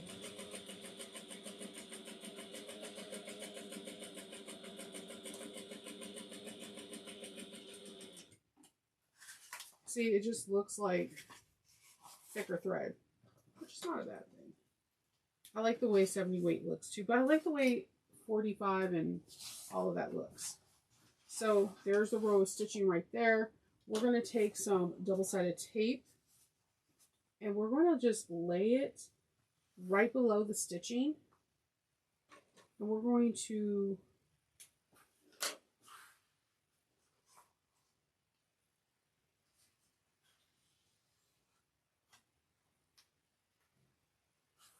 remove it and kind of finger press this so it can lay nice. And then we're going to lay this together. So we're just going to kind of put double-sided tape on the top of this, the facing, not the welt pocket, but the facing.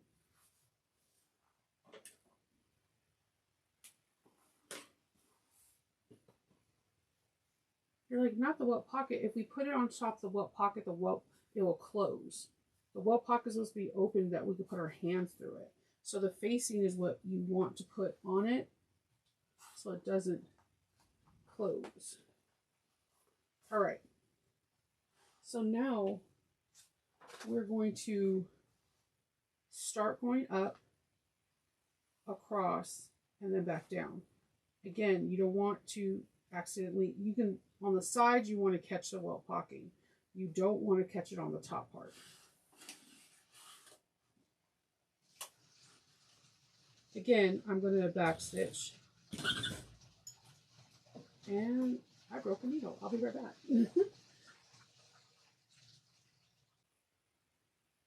Sorry about that.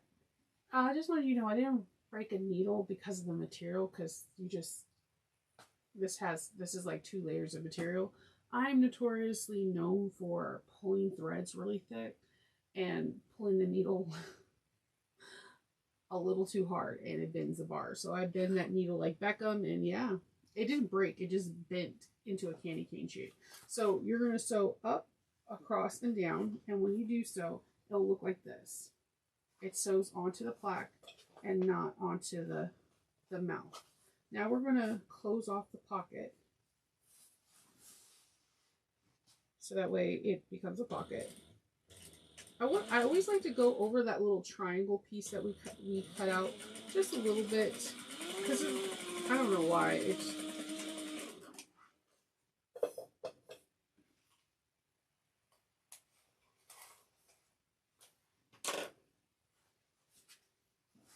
but see, this is such a cool thing. Like, you just have, like, it holds everything. Like, and it holds everything. Like, I've had cell phones stay in there while my bag is upside down with a welt pocket. It's, to me, I think it looks more elevated than a zipper pocket. And if you're like me, who has zipper pockets that just stay when you open, yeah.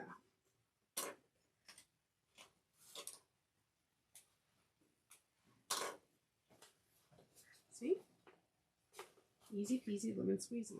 So let's get to this other part. We're going to make another part of the bag, and it's going to be a zipper pocket. So you're going to measure down and put double-sided tape onto your zipper facing. The measurement to zipper for the zipper placement is on page 35, and it's on the photograph, the letter D. Okay. And I put a little logo right here, a little tag. You get all these creative, really designers making tags, and this one is super cute. It's with my Star Wars theme. It says, "A long time ago in a galaxy far, far away." And then on the back side, there's little stars. So I thought this was really cute. So I'm putting this little tag here, and then I'm going to sew all the way around here using 1/8 of an inch.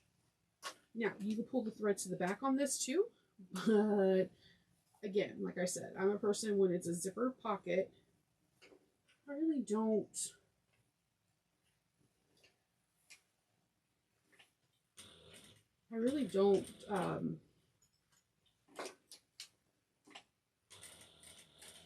do the thread pulling.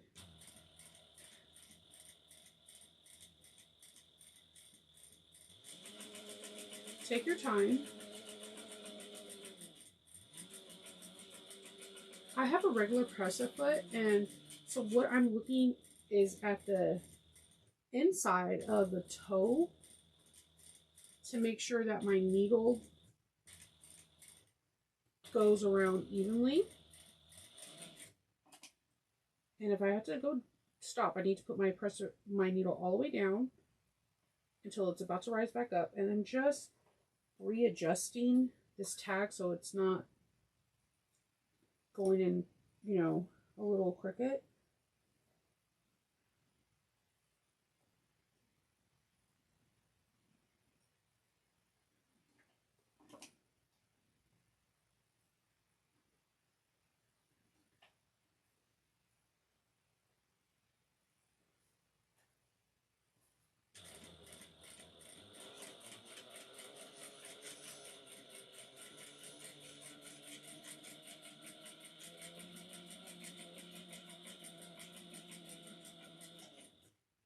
Okay,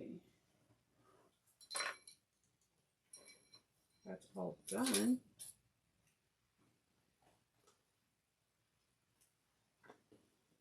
So then we're going to cut out the center.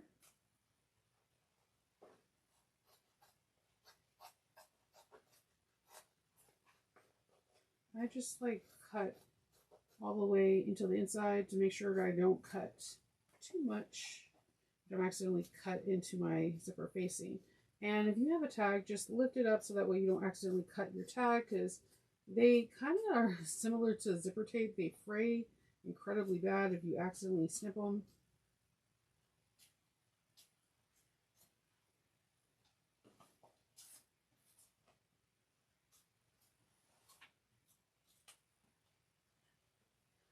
If you made it this far, I appreciate you sticking with me. I know it's a longer video.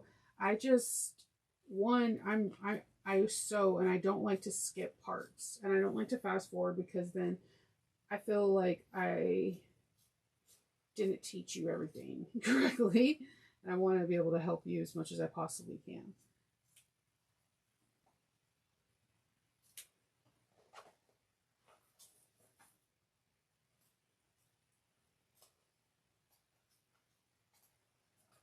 They're like, Chanel, what is your teaching style? Oh, I'm an over-explainer. Let's see. All right, so we have this. Now we're going to grab our zipper tape.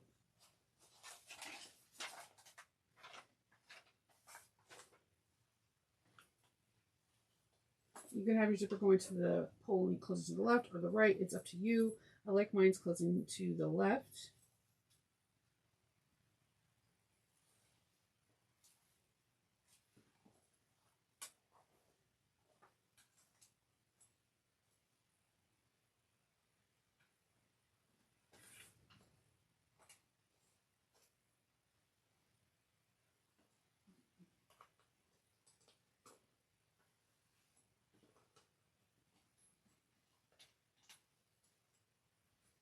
And just take your time. That's double-sided tape is really fun because you can just really adjust this to how you see fit, and if it works out for you.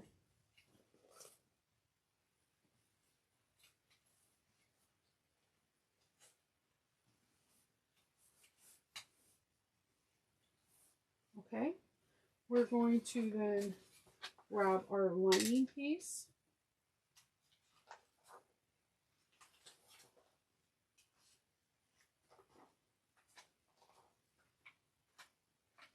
And we're going to do similar to the welt pocket. We're going to take our lining piece and remove some double-sided tape that we have on the bottom part of the tape. So we have 1/8 of an inch tape, double-sided tape on the bottom and the top. So on the bottom line, we're going to put double-sided tape, remove it, and then place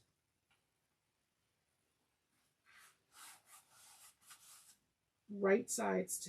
You want your right sides of your lining pocket to touch your zipper.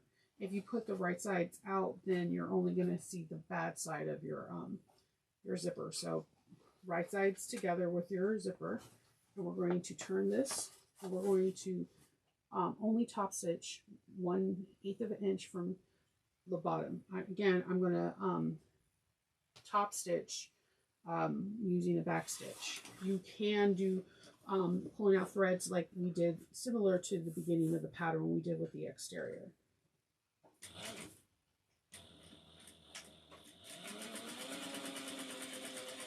Now, when I get to the area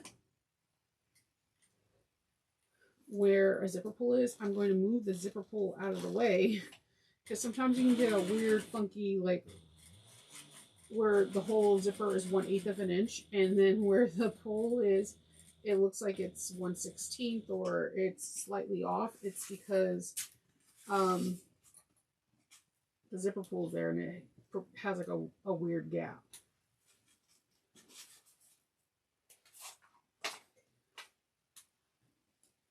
All right, we're going to do the same thing. We're going to put some double-sided tape on the back of this. It's very similar to the welt pocket. It's just installing a zipper versus a welt. We're going to press this down.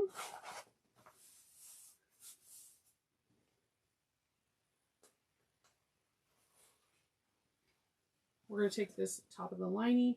So this is your right side. It's going to go here, and that's the inside of your pocket. We're going to go up, across, and down.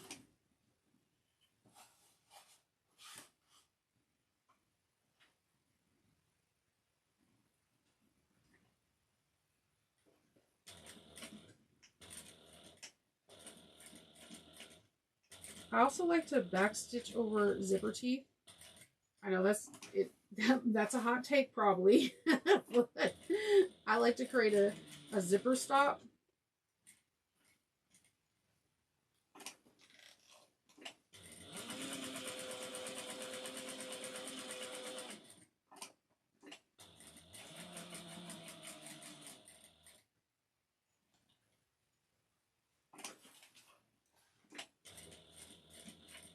So I backstitch over both sides of the zipper tape, and then I backstitch when I'm just done.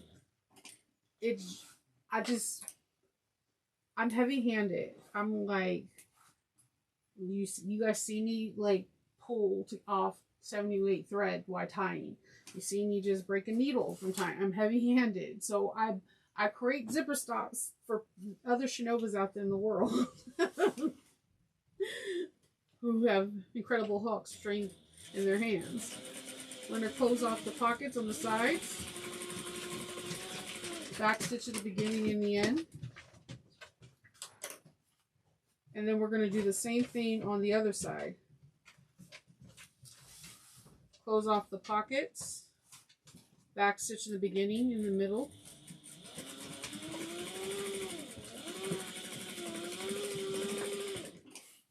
see, look at this. Beautiful. We got a beautiful pocket. Now we're going to start making our interior slip pocket. Our interior slip pocket is pattern piece P. And with pattern piece P, we're going to draw in a 1-inch line on each side, and then we're going to iron, or you could double-sided tape, your choice, but I'm already here with the iron, so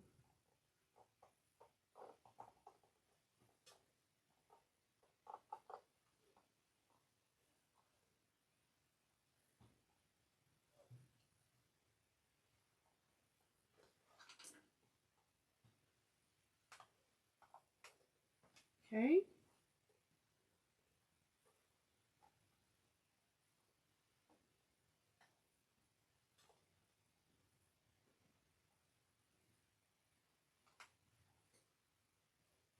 Press those together, and then we're going to kind of just press these up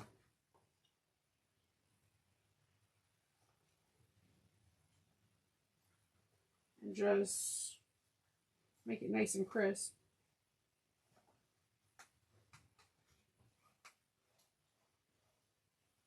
All right. Move this iron real quick. I'm just going to base this together on the top in place before we put our top trim. And again, this is an option. So again, the prep work has a lot of like, do you want to have handles? Do you want to have a slip pocket with or without trim? Like, there's a lot of options here.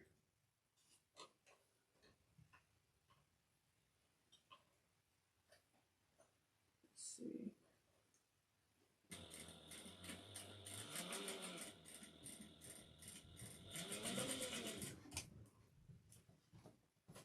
Okay. Let me trim off this excess.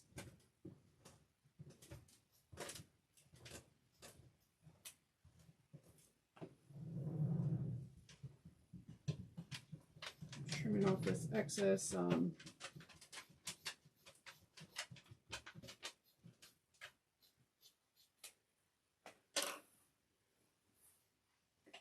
I had excess I can't talk today. Interfacing. So we're going to place this on the trim. You drew a halfway mark, and you're going to put double-sided tape on both sides. And you kind of just placing this here.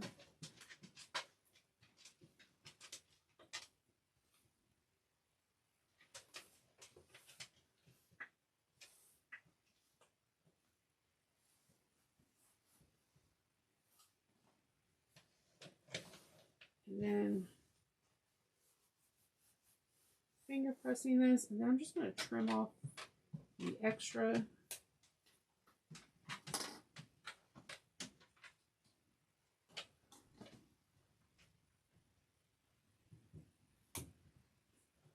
And then we're going to top stitch an inch away from the trim.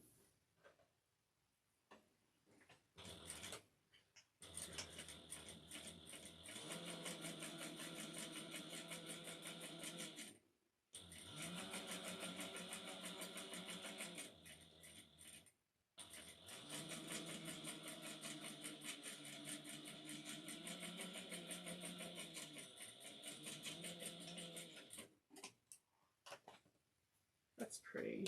I like that.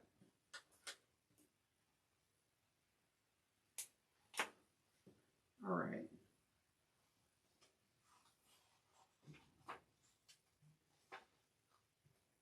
So on the pocket that has the zipper, we're going to like lift this out of the way.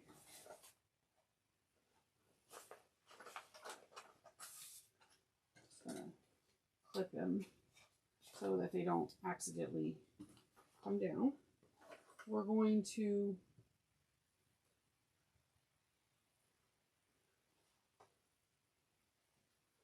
center this, and we're going to make sure that this is 3 inches away.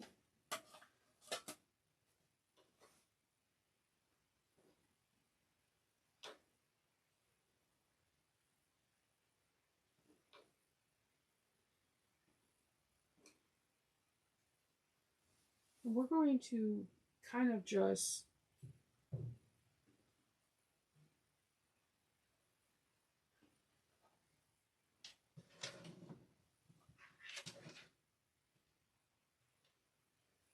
looking for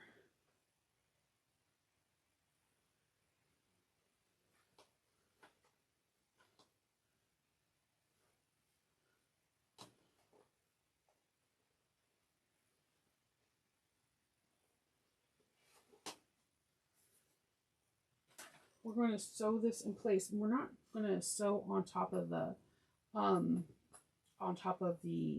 We're only going to sew on top of the cotton or waterproof canvas, whatever you're using.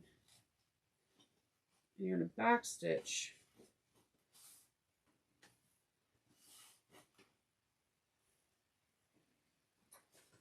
so I'm going to sew a few stitches on, and then I'm going to back stitch, but not onto the vinyl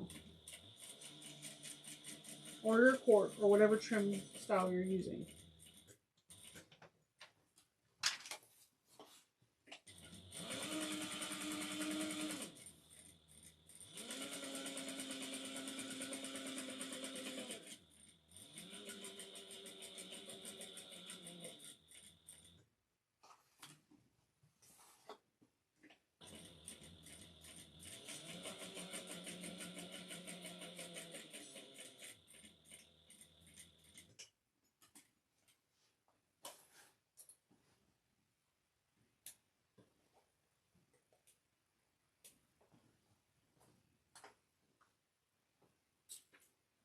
Okay. Got that.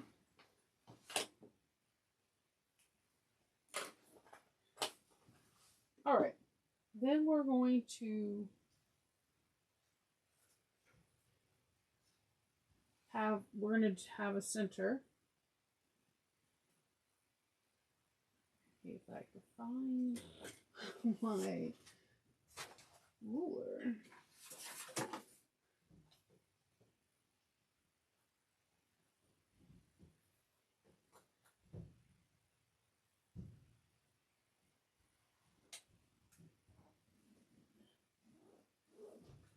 And we're going to go up and then down the center. I have some good fussy cutting. It went right down the center of the character's head.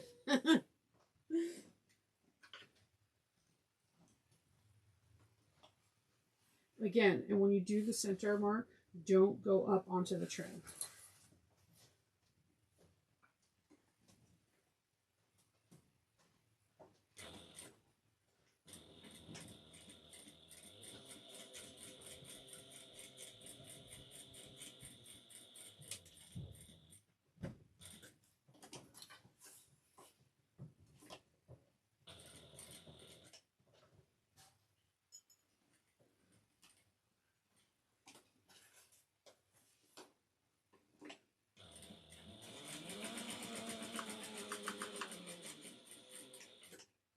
All right. So we're going to be going, we need to start, I was going to say stapling, but yeah, that's not stapling. We're going to need to rivet. You're going to need to put a rivet here, here, and here. And you can put some reinforcement in the back, like with foam, deco the light, heavy from the scraps that you have. Once you have that, we're going to start with some exterior pieces and putting the bags together. So I will put some rivets in and I'm going to meet you back over the machines. Okay, so we're back and we're going to be sewing up the handles and the connectors. So you're going to want to get your pattern piece G, the interior top panel, and you're going to want to find your centers. Once you find your centers, there are measurements that you're going to want to mark your centers on page 43. That you need to mark away from your centers, and there is one mark that you need away from one for your D-ring connector. So these marks and measurements are on figure A and then on figure B. Okay, so once we have those marks, then we're going to put your handles on there. Now she does say that she wants the folded in facing outwards, so you can definitely do that as well. But I think I accidentally did mine inward, so I'm going to repeat the pattern. And you're going to want to have 1/4 of an inch of the handle out.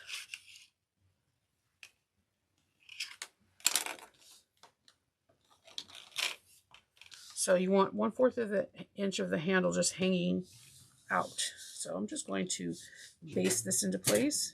And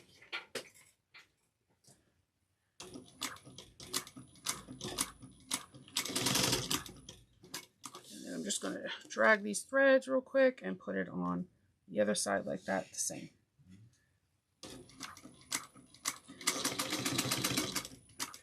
All right. I'm going to trim these threads. We're so close, guys. You're almost there. And I did like a horrible job basting.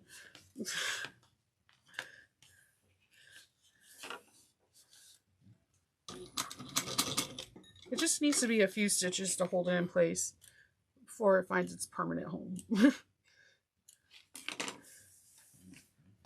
All right.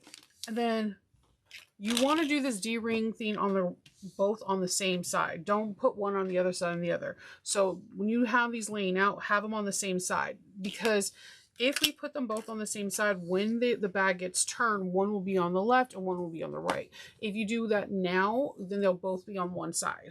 So learn from my mistakes. We're going to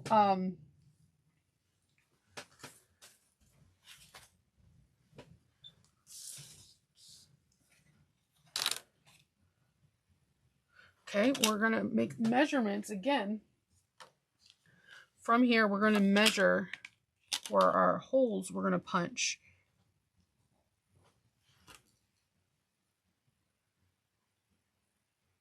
Just marking them.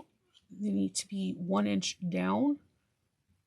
I'm just punching holes. You're not going to like put the rivets in them yet. You're just marking them. So I'm just making this as straight as possible. You can put clips in to ensure they don't move.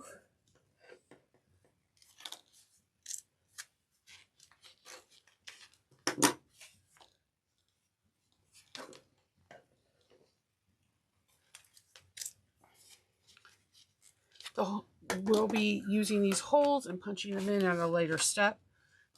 Then this is for the D-ring connector.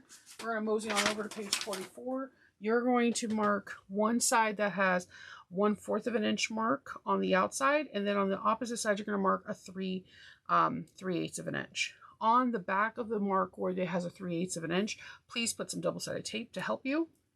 You're going to measure a 1/2 inch up from that D-ring connector mark and just put that double-sided tape there. We're going to bring this over to the machine and sew on that 3/8 of an inch mark. Back stitch in the beginning and in the end. Do not go past the connector. It's hard because it's so small. It's only 3/4 of an inch. All right. You want to get your D-ring, your whatever your connector is. Mine is a rectangle. Slide that on. And where that 1/4 of an inch mark is, you're going to do the same thing that you did with the handles and kind of just baste it on.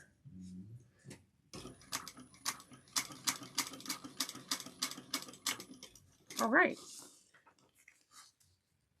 You're going to do that with the other side too.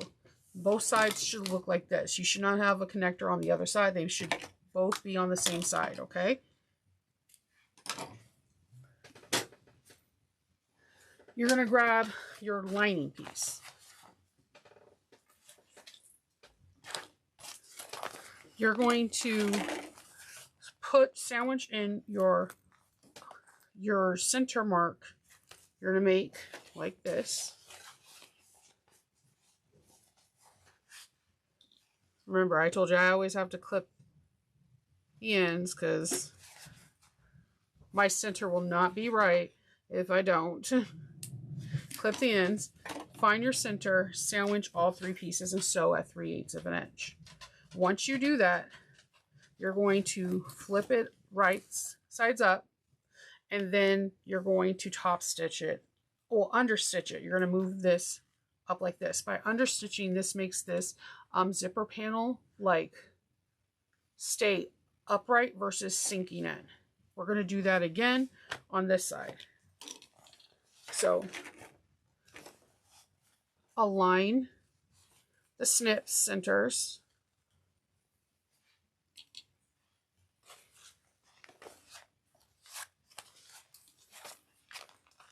And then we're going to line up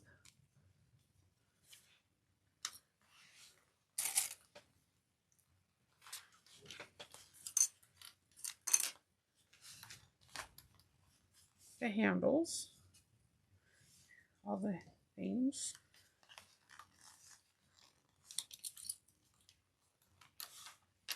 It's a lot to work with, so take your time.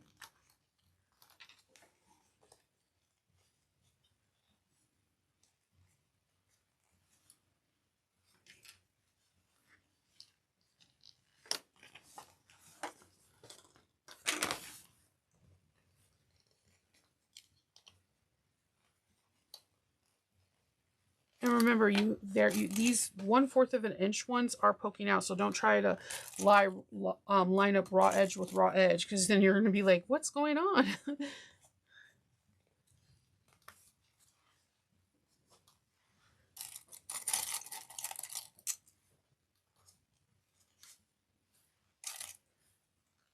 All right, we're going to sew this at 3/8 of an inch.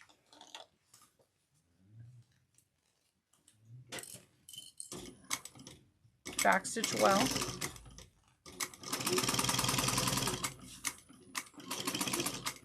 And just make sure that your hardware is out of the way.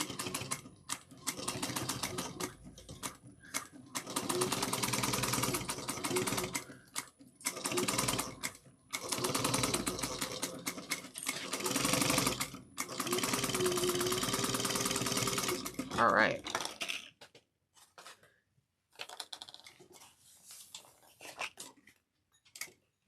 All right, we're going to understitch now. So we're just going to flip this bag and we're just going to stitch underneath. We'll see this is the recessed zipper. We're going to stitch right onto the lining. Just gonna snip those threads because you know me by now. I always have excess amount of threads.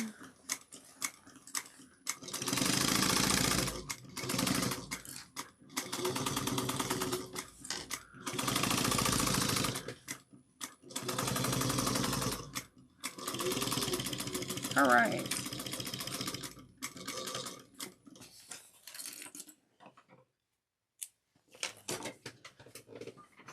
All right. Looks like we have everything now. We're going to now put the lining together. The first thing we're going to do is we're going to line up the bottom. And we're going to sew that with a 3/8 of an inch.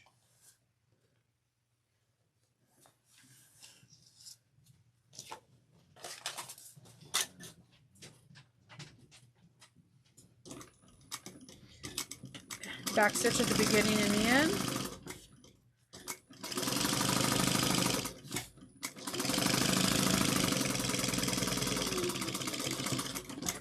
Okay. I'm like snipping a million threads as I go. And I'm just going to grab my little iron real quick. And I'm just going to open up this seam. You could do this with water resistant canvas too on the right side.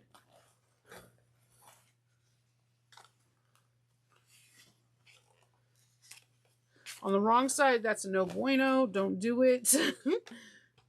It will toxic smell. No, don't do it. Melting on your iron.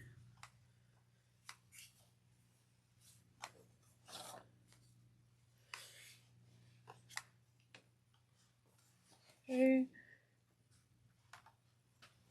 And then we're going to sew up the sides. So what the most important part to me is making sure these side seams join as effortlessly and easily as possible.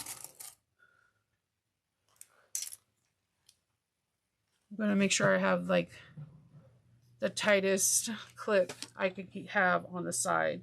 Everything else I could balance out, but just to make sure that these align absolutely, so that when you open it up, it looks as one is my most important trait for me. So we're going to sew this up at 3/8 of an inch.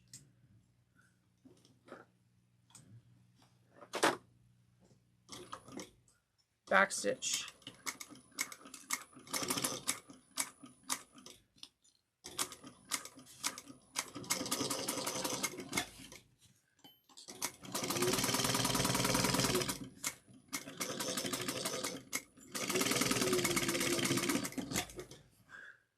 All right, we're getting closer, guys. We're getting closer.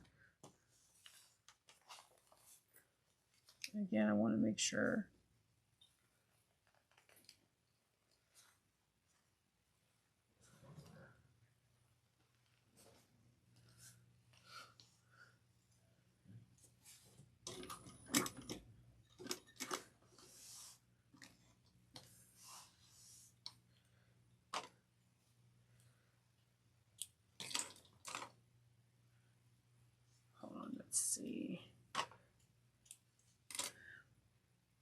Sometimes when I sew through a lot of double-sided tape, I need to just give my needle a really good wipe and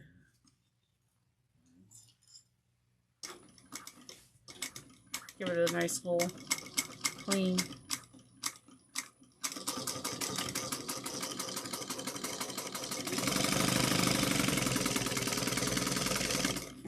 All right.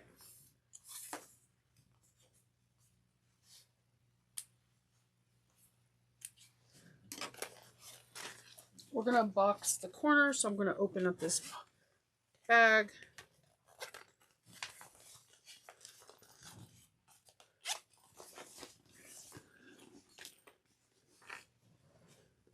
I'm going to butterfly the seams open.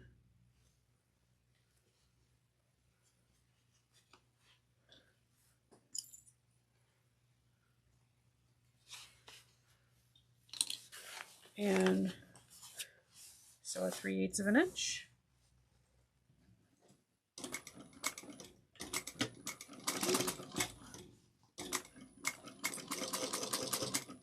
Does anybody else like to sew over seams, like back stitch over seams? Is it just a me thing?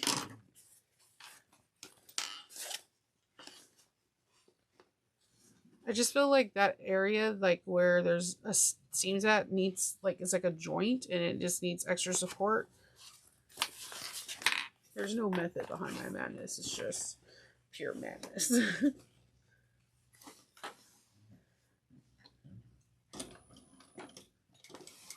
Did not hold my tails good enough.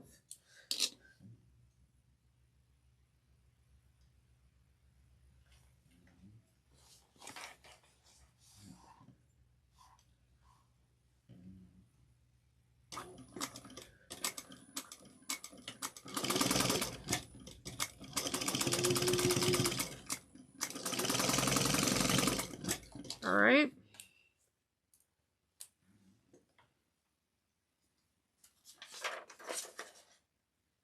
All right, so we're gonna trim some seams down.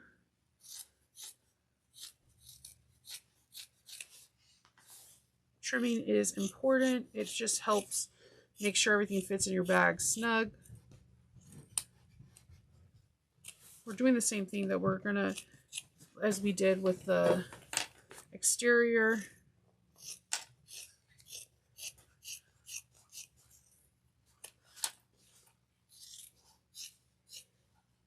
We're gonna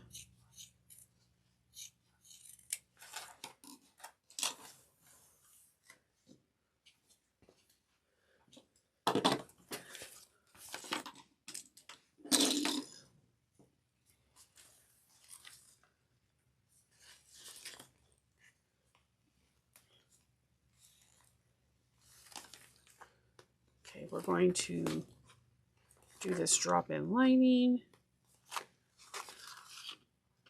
We're almost done. Once we top stitch and we put the rivets in, we're done. Now, there's a couple ways you can do this. If you trust your bobbin, you can just sew from the lining side and go from it. You can kind of squish your bag and sew from the top because it's not super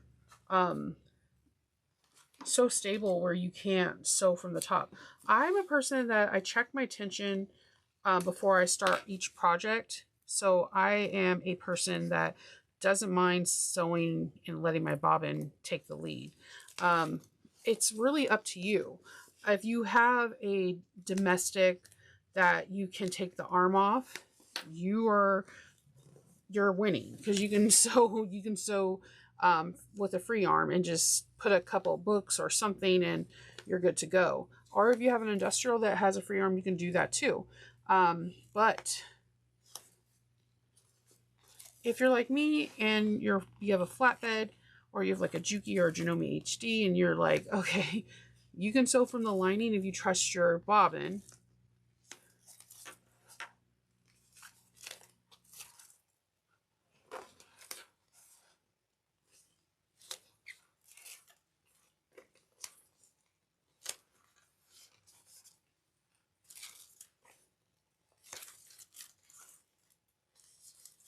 Ooh, this one seems like it's going on forever. The other one because it has 4 points, I guess, because you see like a bend in the seam allowance. It doesn't seem like it's that long.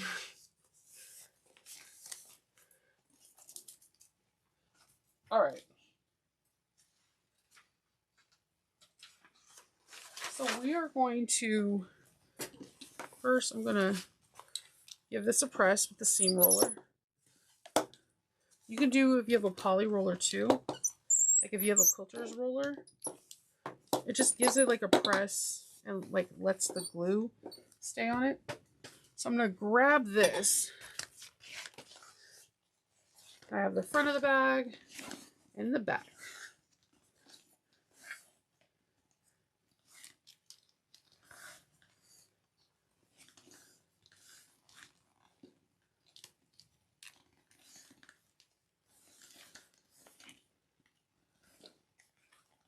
Okay.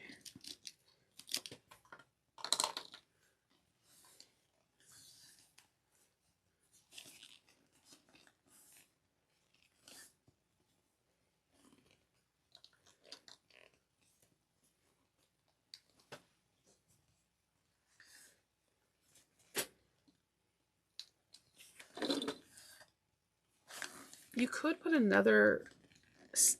some more double-sided tape if you wish, like right underneath to help everything just hold if you wish.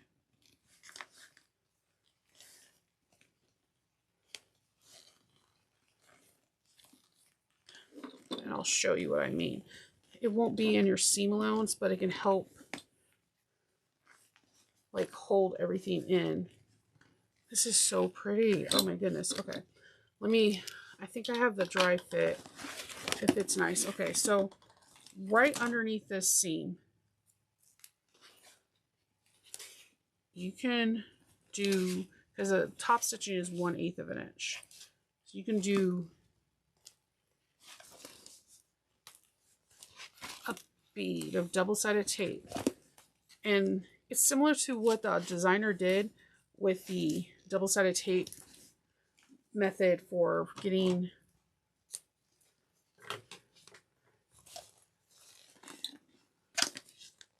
the bag exterior put together. It's just helping you with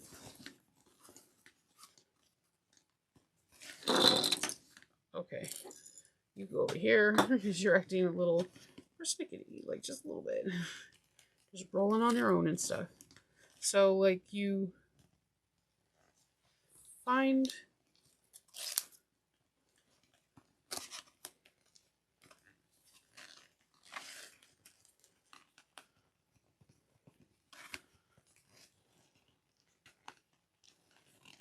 I'm just making sure that these folds are like flush with each other.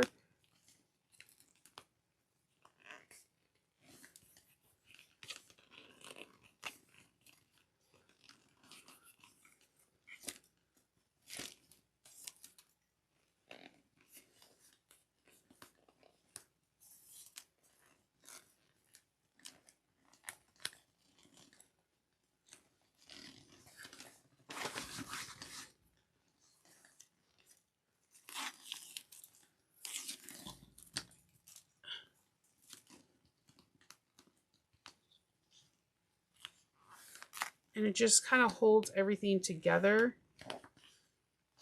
while you're trying to dry fit this as best as you can.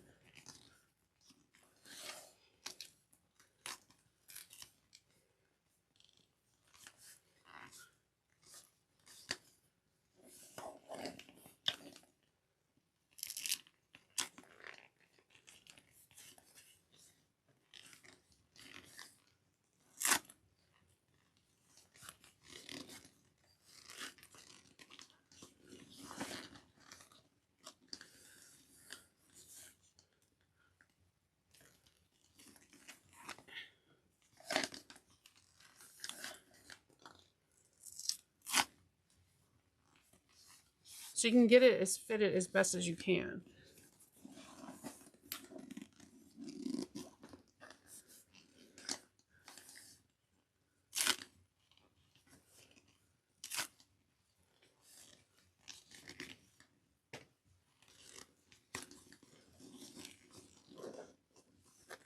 And this could take a while, but do what makes you feel comfortable. And if this part is the longest part of the bag for you, then so be it. Like, do it until you're comfortable, because that's how I do it. I might be a fast sewer, but I could be a slow top sewer, or however I see fit. All right, and then you could put your clips on it.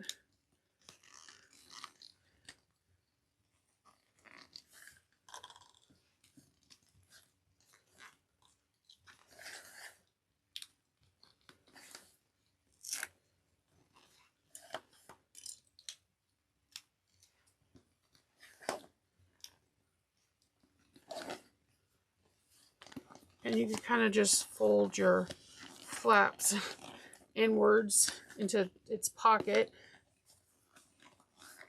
so it doesn't accidentally get caught.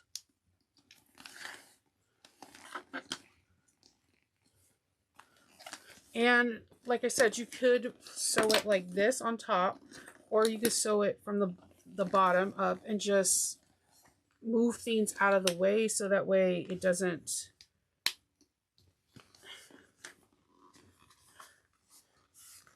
get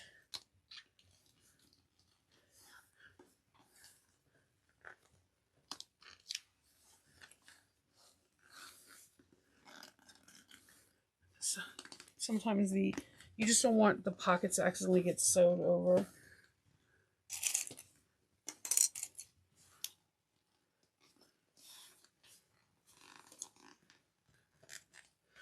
All right, and I like to sew in a corner, and I like to usually start towards the back. You can pull your threads to the back. Again, I am a person that doesn't do that, so you pull your threads to the back if you desire. If you do have long threads, I can pull my back threads to the back for you guys. I'll do it for you. All right, let's go.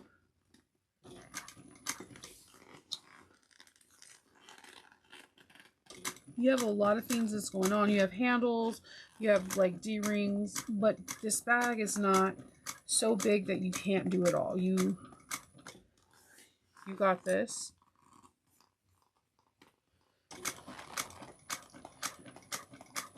Again, if you have to stop, make sure you're on the needle down position.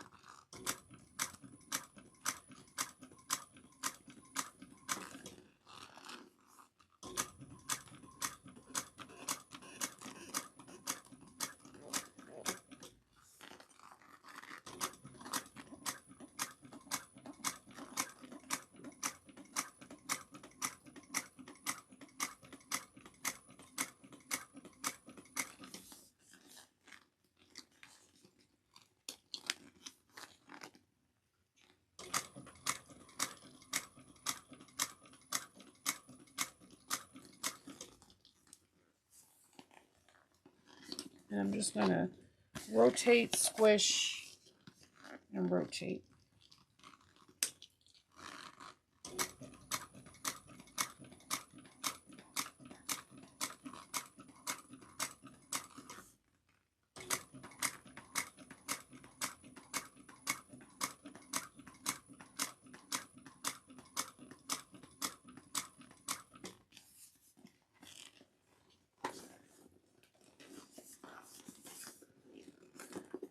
We're just moving things along, making sure that raw edges are touching.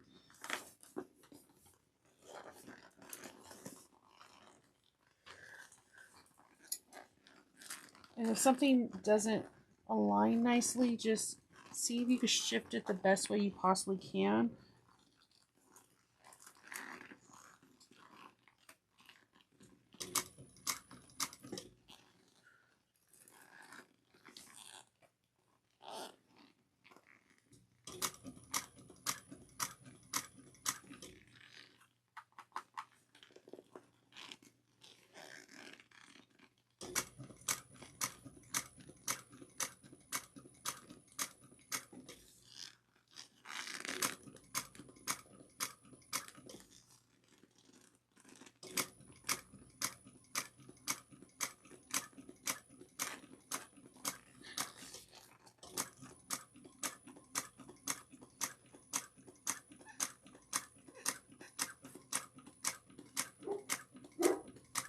course, my dogs had a bark during this time. That's how it happens.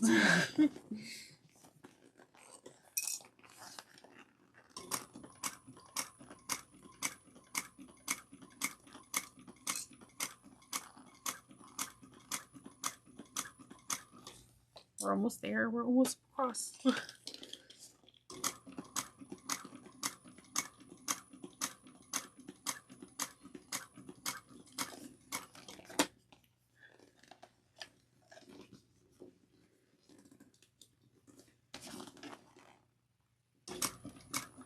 And as you can tell, I'm squishing the heck out of this bag. And I think because it doesn't have like a whole bunch of Decaville, it's very pliable. Most of our interfacing is like woven interfacing.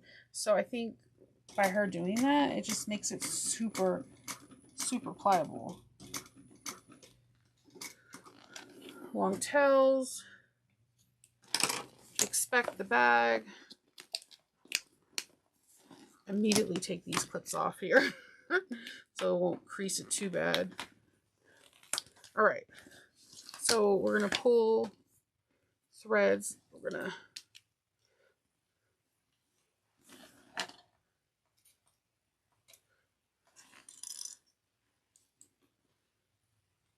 pull the bobbin.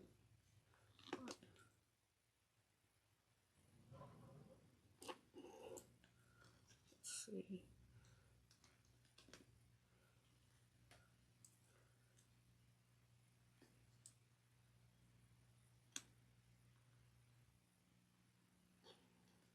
All right, and then I'm just going to tie knots on this.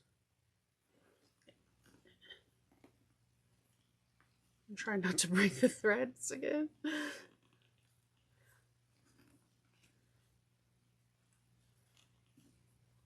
And then our last step is to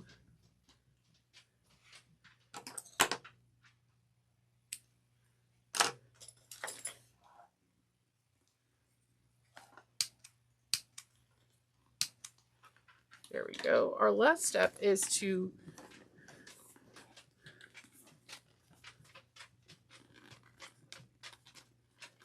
finish punching the holes onto the other side. You don't want to punch holes into your flap. You just want to punch holes into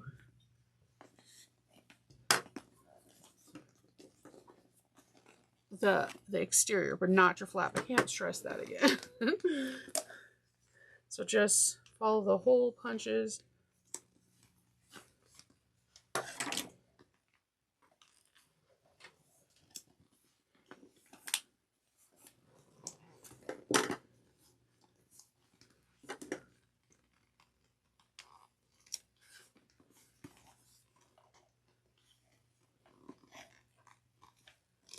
All right.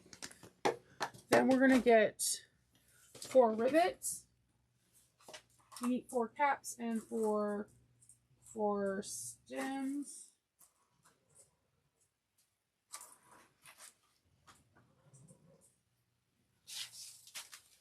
4 caps.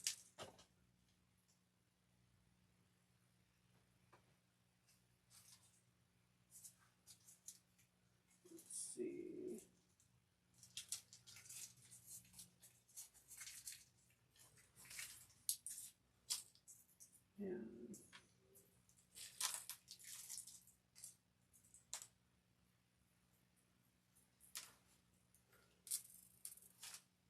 And then our rivet press. And you're going to want to thread through all the layers.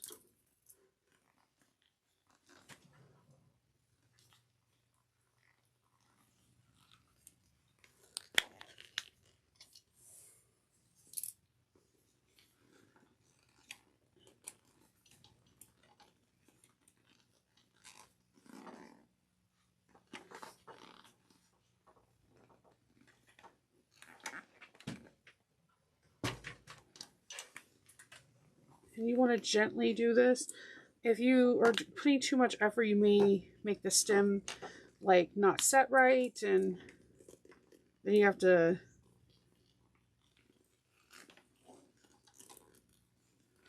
remove a rivet, and then that's not fun. I think we've all been there, and that's super not fun. No one's like, yay, I'm removing rivets.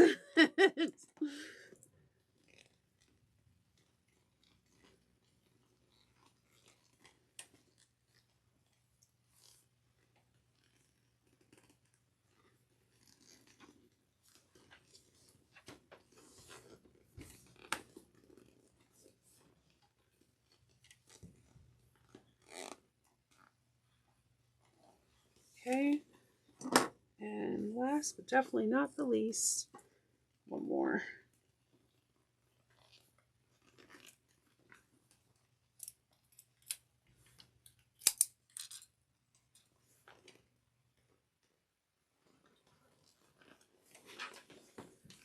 All right, let's set this one.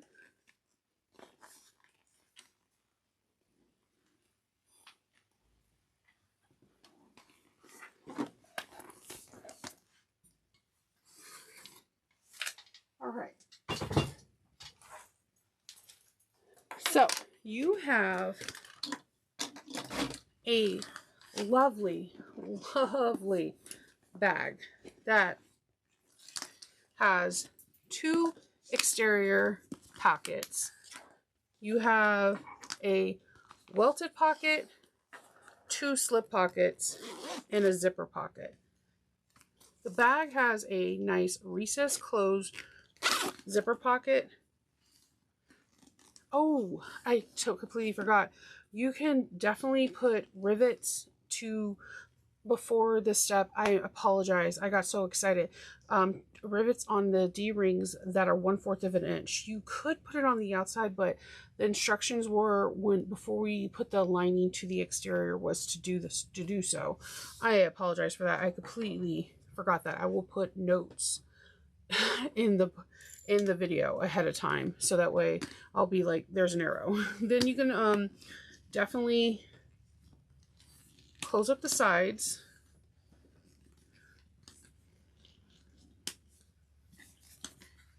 And have like a really lovely, elegant shaped bag.